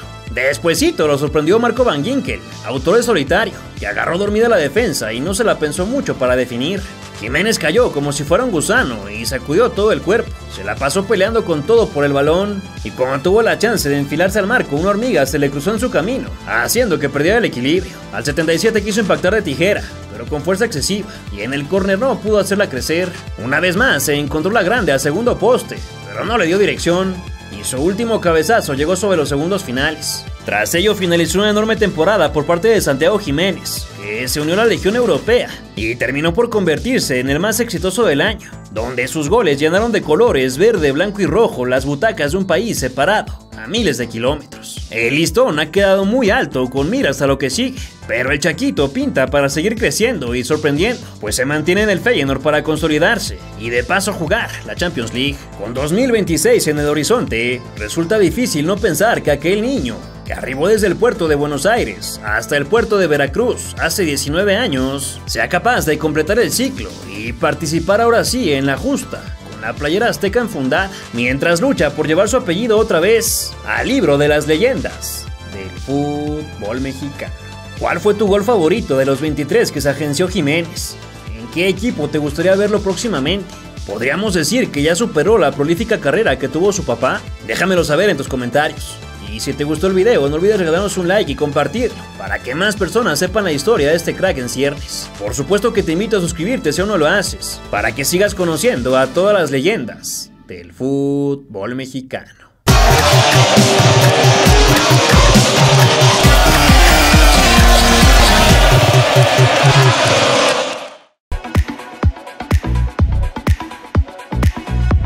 Y así llegamos a su momento más notable de la temporada, cuando más lo requería su equipo, ya que a lo largo del año se habían medido hasta entonces un total de 5 veces frente a los colchoneros, con un saldo desastroso de 3 derrotas, 2 empates, 10 goles en contra y solamente 3 a favor. Los del Cholo les pegaron en ambos duelos por la liga, mismos que costaron el liderato del torneo, además de echarlos en Copa del Rey. Con esa presión de vencer a un equipo que les tenía completamente tomada la medida, abrieron las puertas de la Casa Blanca, con su arma secreta como titular. Chichadios se enfrentó a un rival acostumbrado a sufrir, morder, asfixiar y desesperar, con un duro juego físico. Buscó apoyar a los suyos mediante descargas en corto, pero el tiempo para pensar era reducido, y apenas al minuto 4 lo sacudieron gacho, cuando pasaba un balón desde el saque de manos. Se le adelantó a Godín, mas mordisqueó su remate que llegó fácil a las manos de Oblak, y tras una pared con James terminó con poco ángulo, por lo que su disparo pegó una red del costado. Una vez más lo mandaron a la lona, pero alcanzó a ceder a Cristiano, que le pegó afuera, y con la testa le ganó sus marcadores para conseguir un tiro de esquina, donde aprovechó el momento para encender a la grada. Quiso hacerla crecer junto a Cuentrago y regañó a Ronaldo por comerse solito el pastel, a nada de los comerciales. Casi le gana por arriba a todo el cuadro de los rojiblancos y comenzando el segundo tiempo intentó sorprender con pata zurda, pero se pasó de galleta. Miranda le robó el balón por la parcela y a cambio obtuvo un saque de meta. Luego se llevó las manos a la nuca cuando dejó ir una franca, que lo pudo convertir en villano, y rozó la locura por un penal que no le sancionaron. Cuando cayó a dar marometas dentro del cajón, se quedó tendido y lo obligaron a pararse, pero una vez más salió mal librado del duelo contra Miranda, que lo tenía controlado. Se dio para el lateral, que casi encuentra a su compatriota para hacerla grande, y llegado a los 75, Arda Turán le soltó una plancha a Sergio Ramos, que le costó a las duchas. No obstante, la ventaja numérica seguía sin pesar frente a un ejército que entiende el sufrimiento como un estilo de vida, y cuya apuesta de vivir o morir con la suya empezaba a desatar la peste de la prórroga. A medida que pasaba el tiempo, los espacios eran todavía más estrechos, y los piques más cansados. Hernández Balcázar pareció encontrar su antifaz, pero el que se lo puso fue Jan, que logró desviar un tanto cantado para ir a córner con más de 10 por jugarse. Después trató de conectar un centro que fue interceptado, y al 86 finalmente llegó su cita, una historia madridista. El bicho tomó la pelota como en sus tiempos de extremo mancuniano, hizo recordar la potencia en sus piernas para desbordar rivales, y tras llegar al área se dio el dulce para el número 14, que con paciencia esperaba plantado solo para dar el toque a la red y romper finalmente el poderoso candado en ese partido. Simeone estudió los miles de escenarios donde el talento blanco podía robarle la eliminatoria, pero olvidó el menos obvio, el de Chicharito Hernández, que con pocos minutos en toda la campaña entró para siempre en la memoria y el corazón del Real Madrid, todo por estar en el lugar y momento correctos para hacerse grande. Claramente celebró con todo y fue reconocido tras lograr una monografía que se sigue compartiendo con orgullo por los aficionados en nuestro país, quienes por un momento regresaban a los tiempos donde Hugo Sánchez era el artífice de la élite futbolera. Ahí va la pared, Cristiano dentro del área, puede llegar Cristiano, el Chicharito, ¡gol! ¡Del mexicano! ¡El Chicharito Hernández! Que lo persiguió y lo persiguió. Hoy se dejó la misma vida y termina de marcar el primero del encuentro. Sobre la hora salió de cambio por GC y se llevó la carretada de aplausos que tanto merecía desde su llegada, pero que necesitaban de un momento así de memorable para explotar con estruendo. El público de Santiago Bernabéu coreando su nombre, lanzando besos el mexicano, aprovechando estos segundos, cojeando. Ahí está ese gesto hacia GC que entra en su lugar. El fútbol, la historia, las cosas son así, ¿no? El Chicharito era prácticamente un outsider, ¿no? Una especie como de fichaje malogrado, ¿no? Porque no terminaba de tener minutos para rentabilizar. La verdad es que el chico cada vez que ha salido ha dado muestras de que tenía razón para llegar al Real Madrid. Otra cosa es que delante de Cristiano, de Bale, de Benzema, pues es muy, pero que muy complicado jugar, y si no que se lo pregunten a GC. Pero el chico se ha ganado su peso, ¿eh? El futbolista ha dicho en repetidas ocasiones que este es uno de los goles más especiales de su carrera. Y cómo no, si le dio la vuelta al mundo y lo llenó de elogios y felicitaciones por todas partes. Su ex compañero Wayne Rooney y la realeza del balompié mexicano lo felicitaron, además de su técnico y Sergio Ramos. Javier Hernández, Chicharito, su primer gol en esta edición de la Champions. Enhorabuena. Gracias. Sensaciones que le queda a uno después de un partido, después de una eliminatoria tan dura. Es un derbi. El pasado no habían traído buenas cosas después de la décima, y esto es de todo, siempre lo he dicho. Me tocó a mí ahora marcar, pero esto es de todo el equipo, de toda la gente. He estado ahí muy paciente, de mis compañeros, todos confiando en mí, mi familia, mis seres queridos, todos los que están ahí. Este gol es para ellos y bueno, todavía falta. Javier, está claro que es el gol más importante con esta camiseta, uno de los más importantes de tu carrera por el significado que tiene. Sí, claro, el presente es en el que vivimos, ¿no? Cada gol que he marcado en mi carrera, para mí, den 3 puntos o no son importantes, da mucha confianza, pero te lo repito, esto es de todo el equipo, una gran asistencia de Chris, todos corriendo, todos luchando, y bueno, ya nos tocaba ganar. ¿Cómo te dice Ancelotti que vas a jugar?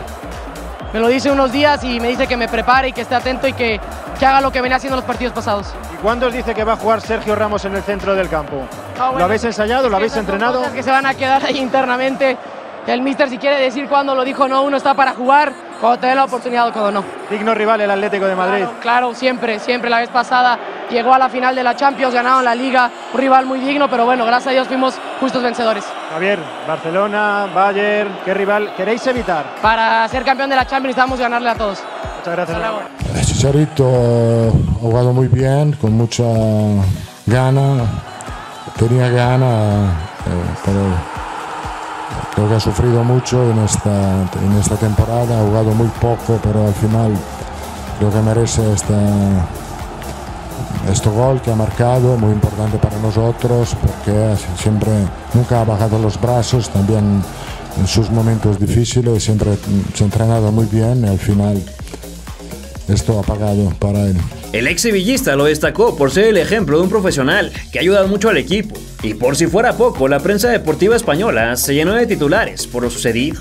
Chicharito de oro, la noche de Chicharito, el héroe de la noche. Fueron varios de los calificativos que le dieron tras su proeza, aunque las palabras de Juan Matrueva, que te leeré a continuación, fueron las más hermosas. En su séptimo partido como titular, el delantero marcó el gol que clasifica al Real Madrid para las semis de la Champions. No fue casualidad, fue fruto de la absoluta determinación, de sus deseos de triunfo, de su estupendo partido. La historia de dos armadas incapaces de mover el marcador la resolvió en el minuto 88, un personaje de cuento.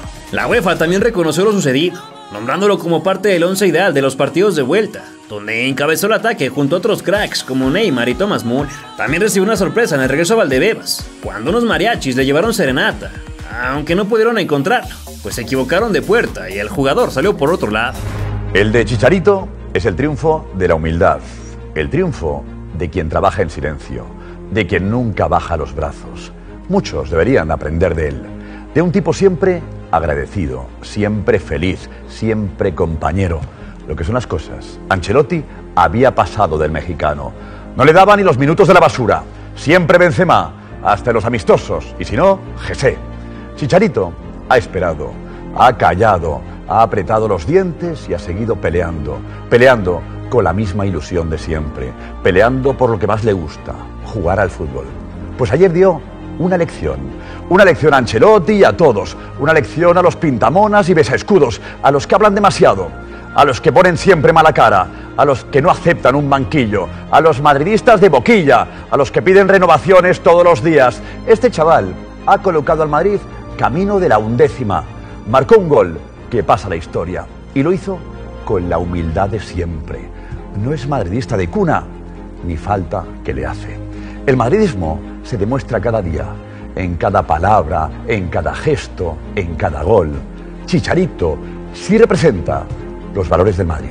Aún así, no todos estuvieron contentos por lo sucedido, y la leyenda Thierry Henry no se tocó el corazón para criticarlo y tildarlo de egoísta, por celebrar exageradamente un gol que a su consideración era totalmente del comandante. Lo que no me gustó es que pareció como si hubiera ganado la Copa del Mundo, pero tendría que habérselo agradecido a Cristiano Ronaldo, ya que le dio la asistencia. Es un pase para empujarla, incluso la cámara lo sabía. Siendo justos, él realmente no juega.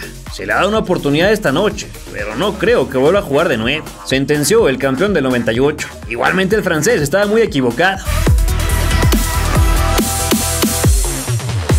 El fútbol es un hervidero de historias de superación y fortaleza, donde día con día se escriben hazañas que nos enamoran cada vez más de él. Desde su concepción, cientos de miles de jugadores alrededor del mundo han cautivado a millones de espectadores, que los admiran desde los asientos y las pantallas. Aún así, son contados los futbolistas que consiguen escalar a la cima de los mejores de todos los tiempos, gracias a ese toque mágico que le brindan al campo, digno de estudios en biología y genética, para determinar si son o no son de este planeta. La vida de los atletas de alto rendimiento es difícil, y raras veces parece viajar en el mismo carril que el fútbol, más acostumbrado al arte con los pies que al músculo poderoso. Sin embargo, eso se revolucionó con la llegada de un astro que jugaba al picado en las calles, pero que decidió complementar su talento nato con una fuerte dosis de trabajo en el gimnasio y una obsesión que roza lo insano, por mejorar, competir, ganar y seguir ganando. Un hombre cuyo señorío físico solo puede compararse con el de su mente, pues cargó todo tipo de penumbras en la espalda antes de ver la luz que solo la pelota puede entregarle para cambiar su vida,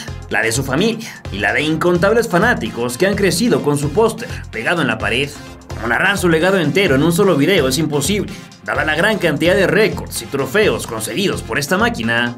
En Leyendas del Fútbol Mundial decidimos repasar el andar de su carrera, temporada tras temporada, en una serie especial que tendrá también la versión de su antítesis deportiva, un argentino con el que ha compartido el más elevado escenario, muchísimos años. Hoy inicia la historia del máximo goleador de todos los libros del balompié internacional, figura histórica del Real Madrid y Portugal, cuyos orígenes se remontan a una lejana y casi olvidada isla europea, que bien pudo pertenecer al continente africano.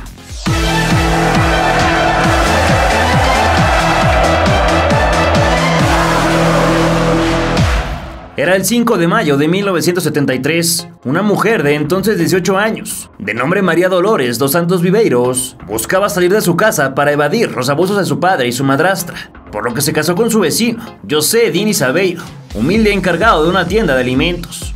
12 años y 3 hijos después, la pareja enfrentaba un momento complicado, que empeoró con la noticia de un embarazo no planificado, que les cambiaría la vida, aunque no como ellos esperaban.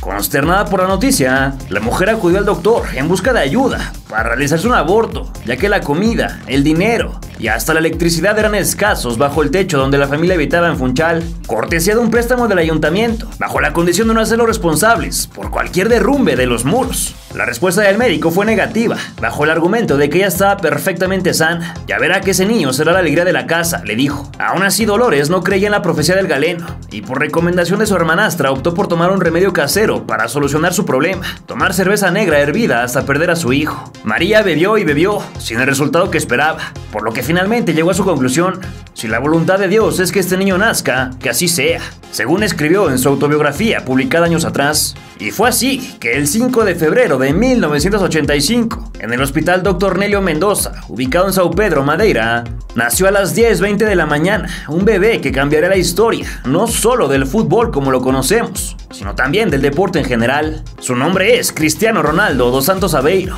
y cuenta su madre que cuando el médico le miró los pies, le aseguró que sería futbolista. Recibió su segundo nombre debido a la admiración de sus progenitores por Ronald Reagan, presidente de los Estados Unidos y también actor, que está próximo a iniciar su segundo mandato. La infancia de Cristiano estuvo marcada por carencias en San Antonio, uno de los barrios más pobres de la isla portuguesa. La familia había estado luchando por años con el alcoholismo de Diniz, quien se refugió en la botella para olvidar los horrores de la guerra, cuando fue obligado a combatir contra el movimiento independentista de Angola. Este hecho marcaría muchas cosas a la postre. Existen heridas que no es posible curar y dejan una huella tan profunda que es imposible regresar de eso, tal como día tras día lo sufría el patriarca de los Aveiro, quien se negaba a encarar el mundo real, salir a trabajar o abrirse emocionalmente con los demás. Con el transcurso de los años, el hombre encontró algo de pasión por la vida en su nueva vocación, ser utilero de la andoriña, o golondrina en español, que se convertiría también en el primer amor de su hijo. El niño nunca sintió emoción por la escuela. Los únicos números que le interesaban eran los del tablero, que se acostumbró a duplicar cuando jugaba en las calles frente a su casa, con un par de piedras para simular los postes, por lo que su padre decidió vincularlo a las categorías infantiles para cultivar su talento. Le apodaban el bebé llorón por las rabietas que hacía cuando perdían la cancha, no muy lejanas a lo que aún podemos apreciar en cada partido. Aún así, sus compañeros, familiares y entrenadores lo sabían. Era un fuera de serie, y sería cuestión de tiempo antes de que otro equipo lo notara también. El afortunado fue Nacional, uno de los más importantes de Madeira, que se lo peleó con uñas y dientes al Marítimo, el otro club de la región. La llegada se dio gracias a su padrino, Fernando Barros Sousa, quien entabló una gran amistad con el papá del jugador y consiguió el fichaje del joven crack con tan solo 10 años, a cambio de 2 uniformes y 20 balones. Vaya que su precio crecería exponencialmente. Al delantero también lo conocían como Abejita, debido a su bajo tamaño que contrastaba con una velocidad y regate endiablados, por lo que ningún rival lo podía atrapar. Eso le sirvió para continuar con su camino a consolidarse dentro del rectángulo. Su complexión desnutrida generó ciertas dudas en el cuerpo técnico, por lo que le implementaron una dieta con pescado y carne para que estuviera a tope, ya que su influencia sobre el césped era tanta que un día el propio club acudió a pedirle permiso a su mamá para que lo dejara jugar. Y es que Ronaldo estaba en cama por culpa de la fiebre, sin la anuencia para acudir a un importante juego que determinaría al ganador de la liga regional en la categoría infantil, por lo que los enviados solicitaron el visto bueno para que participara bajo el trato de que lo haría solamente si era estrictamente necesario. Cuenta la historia que tras salir de la cama se fue al banquillo con su cobija, misma que le pidieron quitarse cuando su escuadra iba perdiendo, por lo que se vio la necesidad de entrar al campo.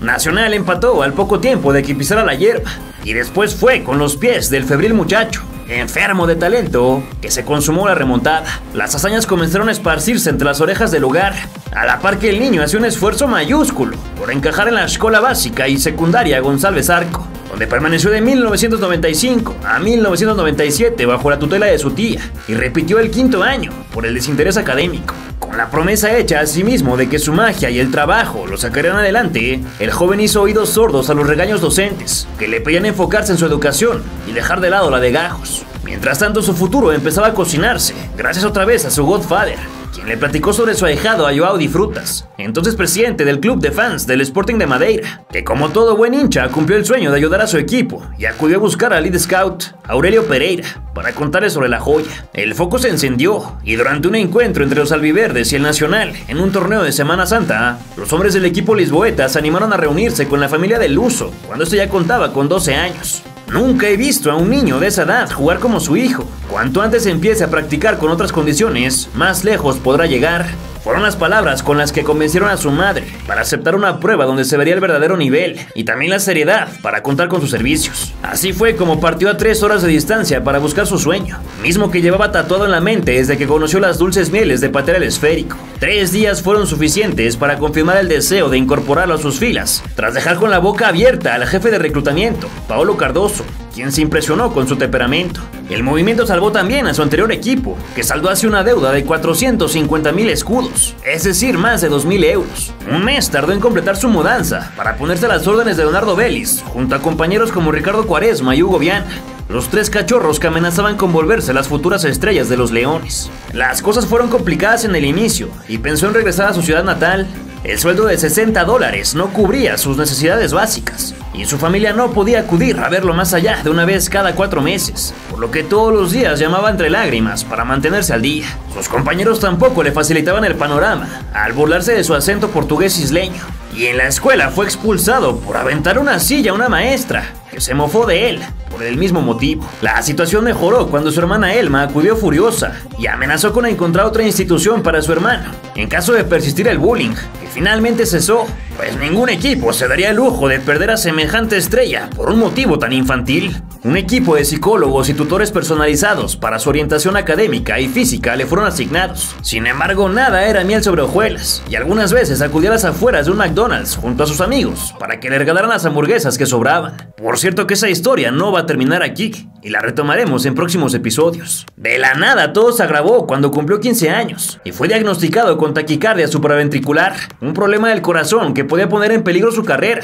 por lo que se necesitó la autorización de su madre para una intervención con láser cuanto antes. El joven visitó el quirófano y tras ser dado de alta se tomó 3 días de recuperación para volver como si nada a la alfombra, donde trabajó más duro que nunca, incluyendo sesiones de gimnasio y práctica de tiros libres hasta altas horas de la noche. Su paso por la cantera estuvo cargado por la banda izquierda, donde se desempeñaba como extremo y artillero, aunque en esta última posición parecía estar un tanto desaprovechado por la naturaleza de sus características explosivas, veloces y ruleteras que volvían locos a sus rivales. Fue su propio club quien informó a Francisco Silveira Ramos, estratega de la Sub-15 de Portugal, que la próxima joya lusa estaba entre sus filas, por lo que tardó muy poco en convencerse para convocarlo. El 24 de febrero de 2001, el dorsal 17 hizo su estreno como internacional juvenil, cuando disputó los 90 minutos frente a Sudáfrica, en un torneo internacional disputado en Río Mayor. Dicho encuentro terminó con victoria europea de 2-1, con la abejita marcando el definitivo. Ese año sería uno de los mejores de su vida, gracias a todos los cambios que estaban por mejorar su panorama. Durante abril disputó el torneo de Montaigu, donde su selección se enfrentó a Francia, Camerún y Japón. En la fecha 1 se midieron contra los anfitriones, y el encuentro terminó igualado a 2 anotaciones, el primero de ellos gracias al futuro Diablo Rojo. El segundo duelo determinó su suerte cuando no pudieron pasar del 0 en contra de un durísimo equipo africano que dominó las acciones. No obstante, en el último compromiso se desquitaron y le llenaron la canasta al equipo nipón, que se comió 7, 3 de ellos obra de Cristiano Ronaldo. El conjunto portugués terminó en segundo puesto de su grupo, por lo que se jugó el partido por el tercer sitio ante un sorprendente Perú, que los derrotó por la mínima, en un encuentro donde, según el técnico de la blanquirroja, Ronaldo se dedicó a entretener a la grada y a los visores, aunque no le agradó nada perder y salió molesto. A pesar de que no terminó en el podio, The Crybaby se llevó algo para su repisa, pues fue elegido como el mejor de un torneo que hasta entonces presentó una asistencia sin precedentes, con más de 7,000 personas, incluidos los reclutadores de diversos equipos alrededor del orbe, que ya babeaban por él.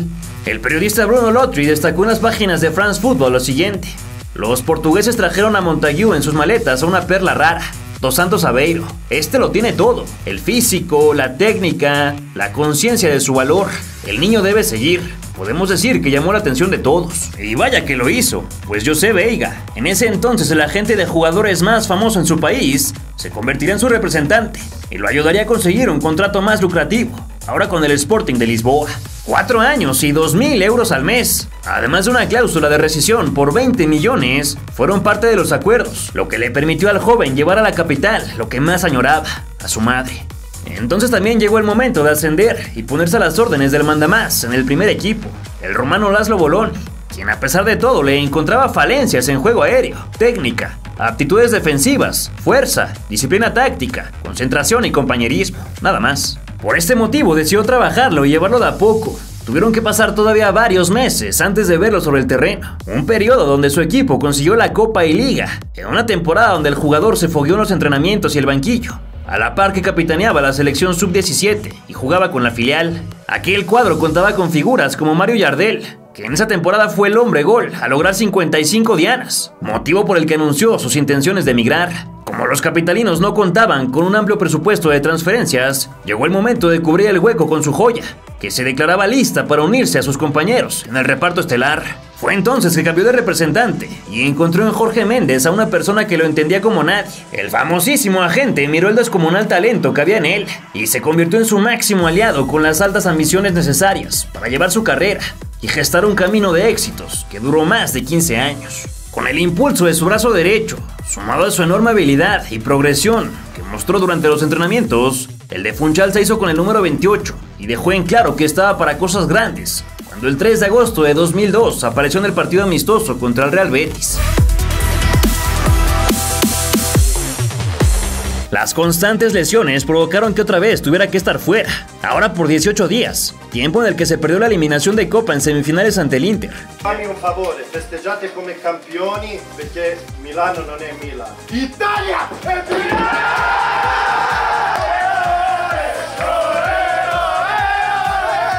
Pero no todo fue malo, pues se recuperó a tiempo para disfrutar el último campeonato de su carrera, y primero en 4 años, desde que se alzó con la Copa de Liga inglesa. Después de una década de sequía, los rossoneri volvieron al lugar que tanto añoraban en Italia, y levantaron de nuevo un scudetto, tras finalizar primeros de la tabla con 86 puntos, en 26 triunfos, 8 empates y 4 derrotas, con un festejo donde el espigado recordó a Mino Raiola, su amigo y representante fallecido poco tiempo atrás. He sufrido mucho por ese trofeo. Es el que me ha dado más satisfacción, es el primer título que gano sin él. Hemos trabajado, hemos creído, hemos hecho sacrificios, y cuando haces eso, nada es imposible. En la campaña consiguió 8 goles en 27 duelos, y tras esto renovó su contrato por 1 año más, el último de toda su carrera, y donde finalmente decidió operarse la rodilla, ya que el dolor ni siquiera lo dejaba dormir, motivo por el que se ausentó 263 días y 30 partidos, reduciendo su participación a algo de carácter prácticamente simbólico. Renaissance is complete. After 11 years, once again Milan are the champions of Italy. It's they who wear the crown for the 2021-22 season. Durante su ausencia, el Milan perdió la Supercopa ante el Inter, y en los octavos de Copa el Torino los echó también, por lo que oficialmente ese título se le negó para siempre. En Champions League, donde no fue registrado, llegaron hasta semifinales, y desde la grada miró cómo Inter los pasó por encima. Luego en la Serie A participó solamente en 2 partidos, comenzando por la victoria de 2-0 sobre el Atalanta, al que no le marcó. La última participación de toda su vida se dio el 18 de marzo de 2023, cuando fue titular ante Udinese y anotó su postrimero tanto antes del descanso, tras convertir un penal que fue el empate parcial, aunque su equipo cayó 3-1 y él salió de cambio al minuto 76. Con eso se convirtió en el futbolista más viejo que marca en la liga italiana, superando por fin a Costa Curta. A mi edad no puedes pensar en el futuro, sino que piensas en el presente. Aunque yo soy el pasado, el presente y el futuro, fue lo que dijo tras su logro. Y al ser convocado una vez más para enfrentar a Bélgica y Azerbaiyán en la clasificación rumbo a la Euro 2024. Aunque los suyos perdieron 0-3 contra los Diablos, la máquina goleadora rompió un récord más cuando ingresó al minuto 73. Con ello se convirtió en el futbolista de más edad que disputa un partido de esa naturaleza, superando así al legendario Dino Zoff. Esta sí fue su última actuación como profesional, pues la enésima lesión muscular provocó que se perdiera la temporada, comenzando por el triunfo amarillo de 5-0. Fueron 62 goles y 25 asistencias en 122 partidos, donde firmó un promedio de 0.51, que lo dejarán por muchos años como el elemento más destacado que pudo ver los rayos de luz en su país.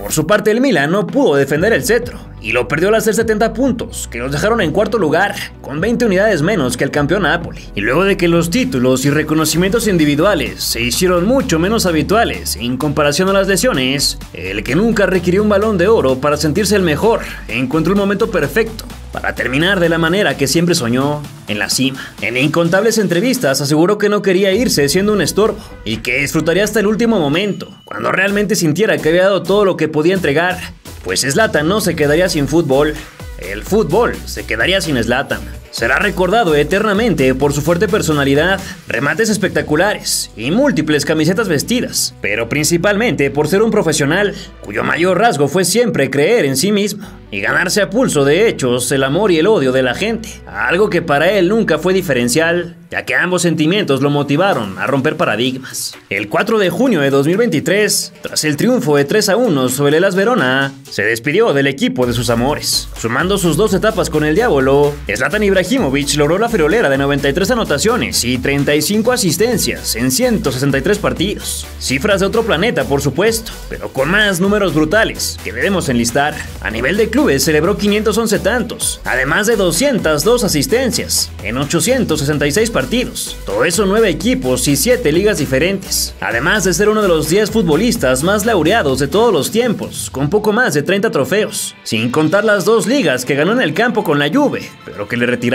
Levantó 2 veces la Eredivisie, una Copa y Supercopa de los Países Bajos, 2 Supercopas españolas, una liga del mismo país, la Community Shield y la Copa de Liga en Inglaterra, 4 Ligue 1, 3 Supercopas, 3 Copas de Liga, 2 Copas francesas, 3 Supercopas italianas, 5 veces la Serie A, una vez la Supercopa de la UEFA, otra el Mundial de Clubes y también la Europa League. Nací en Malmo, crecí en Ámsterdam, me volví más sabio en Turín, me hice león en Barcelona, me crié en Milán y obtuve nuevas perspectivas en París. Gané resistencia en Manchester, me divertí un poco en Los Ángeles y finalmente encontré la paz en mi nueva patria, Milán. Durante el partido, Rafael Leao fue a la banca a festejar su gol con él y la gente atiborró San Siro para después del encuentro despedirlo como merecía, con un mosaico de Goodbye, no de Goodbye. Mientras en el campo se extendió la alfombra roja para el ingreso del Rey, que se tomó fotos hasta con el contrario. Vestido de camisa negra, le fue imposible contener una sonrisa y enviar corazones cuando escuchó aplausos de los tifosi, esos que le entregaron cada momento,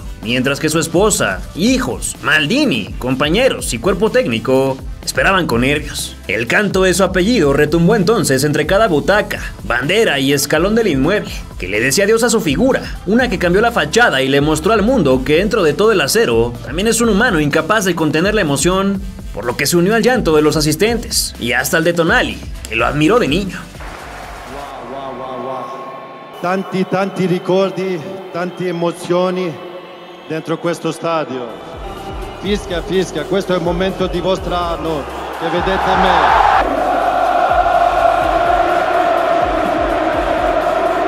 Voglio ringraziare mia seconda famiglia, giocatori, più importanti di tutti, dal mio cuore, voglio ringraziare voi tifosi.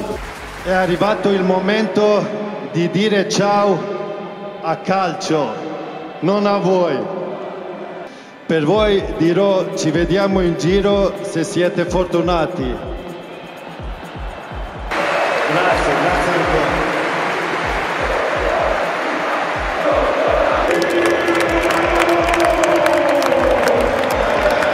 El legado que espero dejar son todos los nuevos Zlatan hechos por mí.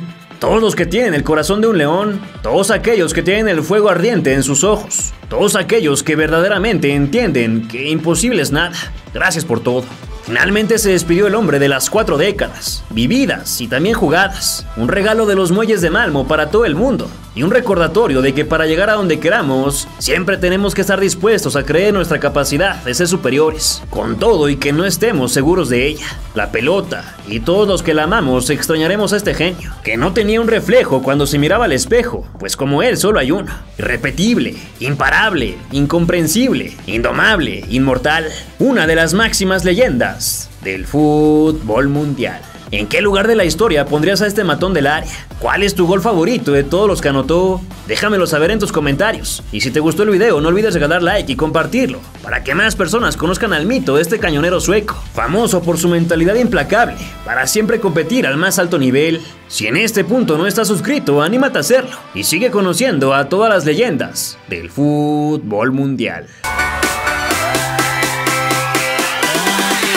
El estreno oficial del astro argentino llegó el 21 de julio del 2023, cuando su equipo recibió al Cruz Azul de México en el primer partido de la Leagues Cup, que enfrentaría ambas ligas, en lo que fue un show elevado a la enésima potencia, gracias a la figura de un imán de taquilla que agotó los boletos del club con peores entradas hasta entonces. Tickets de hasta $5,000, cuyo precio original había sido de 650, podían ser encontrados en reventa, y la pasarela de estrellas comenzó desde temprano. David Beckham desfiló sonriente para tomarse unas fotos. El Tata Martino expresó su alegría por la llegada del jugador. Una bandera enorme lució el rostro del campeón del mundo. Y hasta Maxi Rodríguez tuvo palabras de aliento para su amigo. LeBron James esperaba paciente su turno para fundirse en un abrazo con Messi. Y la transmisión de Apple TV compartió opiniones de varias figuras del balompié para recalcar, como si fuese necesario, el peso del zurdo en las canchas. Becky G se encargó de entonar el himno norteamericano, y con el crack en la banca arrancaron las acciones.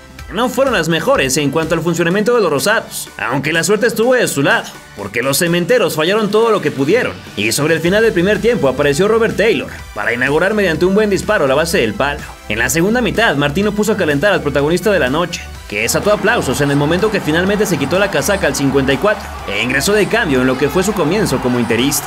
Su efectiva injerencia se notó desde el inicio, y con el gafete de capitán en el brazo comenzó a destruir a la defensiva celeste cuando tocó su primer balón y construyó un número infinito de paredes, aunque le robaron la pelota y tuvo que hacer falta. Con Joseph Martínez se quiso asociar, pero le quitaron el dulce. Después abrió para un compañero y dialogó con el árbitro para tocar en corto un tiro libre que casi sorprende a su rival. El amo de los Lakers no le estaba prestando atención al espectáculo. Kim Kardashian conversaba en la grada con Serena Williams. Marc Anthony también cotorreaba, mientras Messi tocaba en corto para el venezolano, sin que hubiera peligro. La máquina aprovechó y pitó al 65, gracias a un zapatazo de Uriel Antuna, lo que amargó la fiesta, pero solo por unos minutos, ya que el 10, que pedía la pelota con impaciencia para moverla desde el círculo central, tenía preparado un final memorable. Casi de inmediato respondió con una media vuelta para quitar a sus vigilantes, y filtró hacia el ex Atlanta, que no pudo mojar por culpa de una oportuna barrida. Posteriormente buscó el gol olímpico, y ni entre tres pudieron retirar de la redonda. Sin embargo, tuvo que jugar hacia atrás. Extendió hacia Robinson, cuyo centro fue apagado en las alturas. Se apoyó con Busquets, que también estaba debutando, y quiso sacar de la chistera un izquierdazo que contuvo la saga.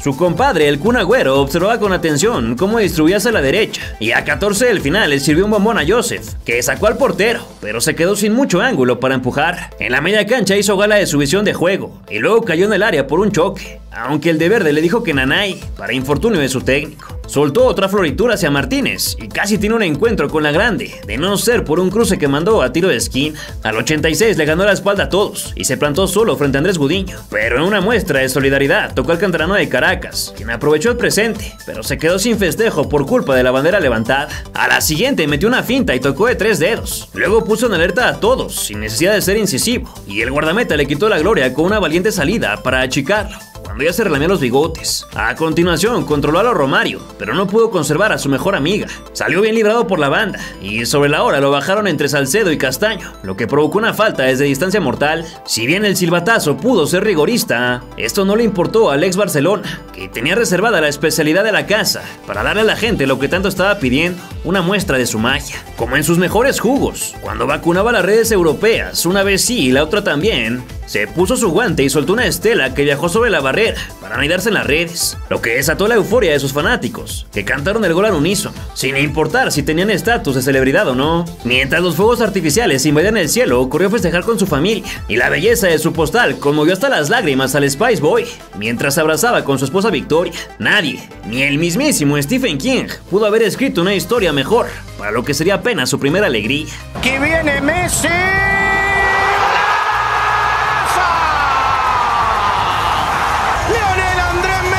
Su debut mejor imposible, en el último minuto que tiene también 60 segundos, cuando lía penales, cuando nos íbamos a la definición, aparece la magia, aparece el botín zurdo, aparece el guante, frota la lámpara, el mejor jugador del mundo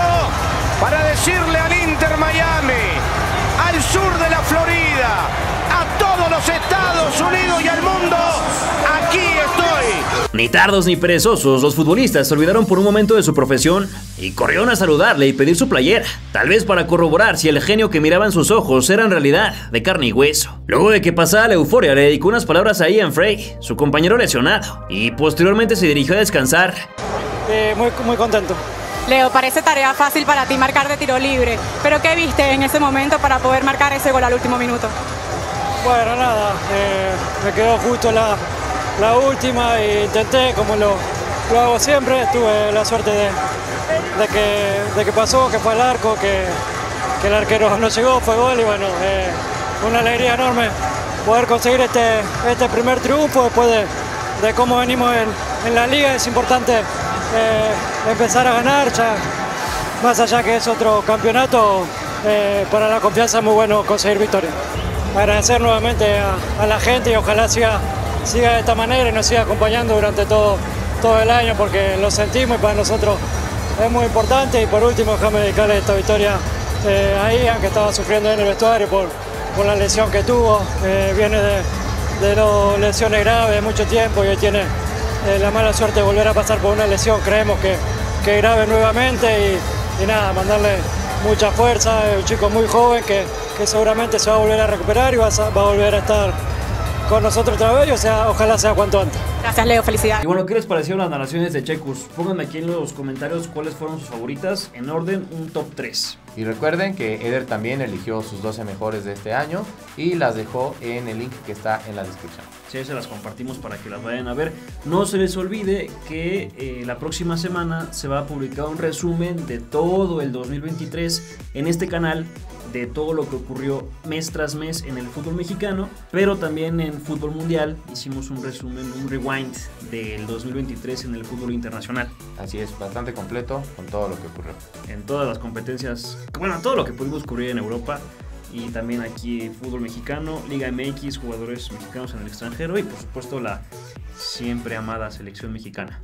Y bueno, banda, entonces nos estamos viendo. Tengan un gran fin de año, felices fiestas y pues un próspero 2024. Gracias. Siempre se dice próspero 2024, ¿verdad? Pero bueno, no siempre es la única vez que es 2024. Cámara, ahí se ven.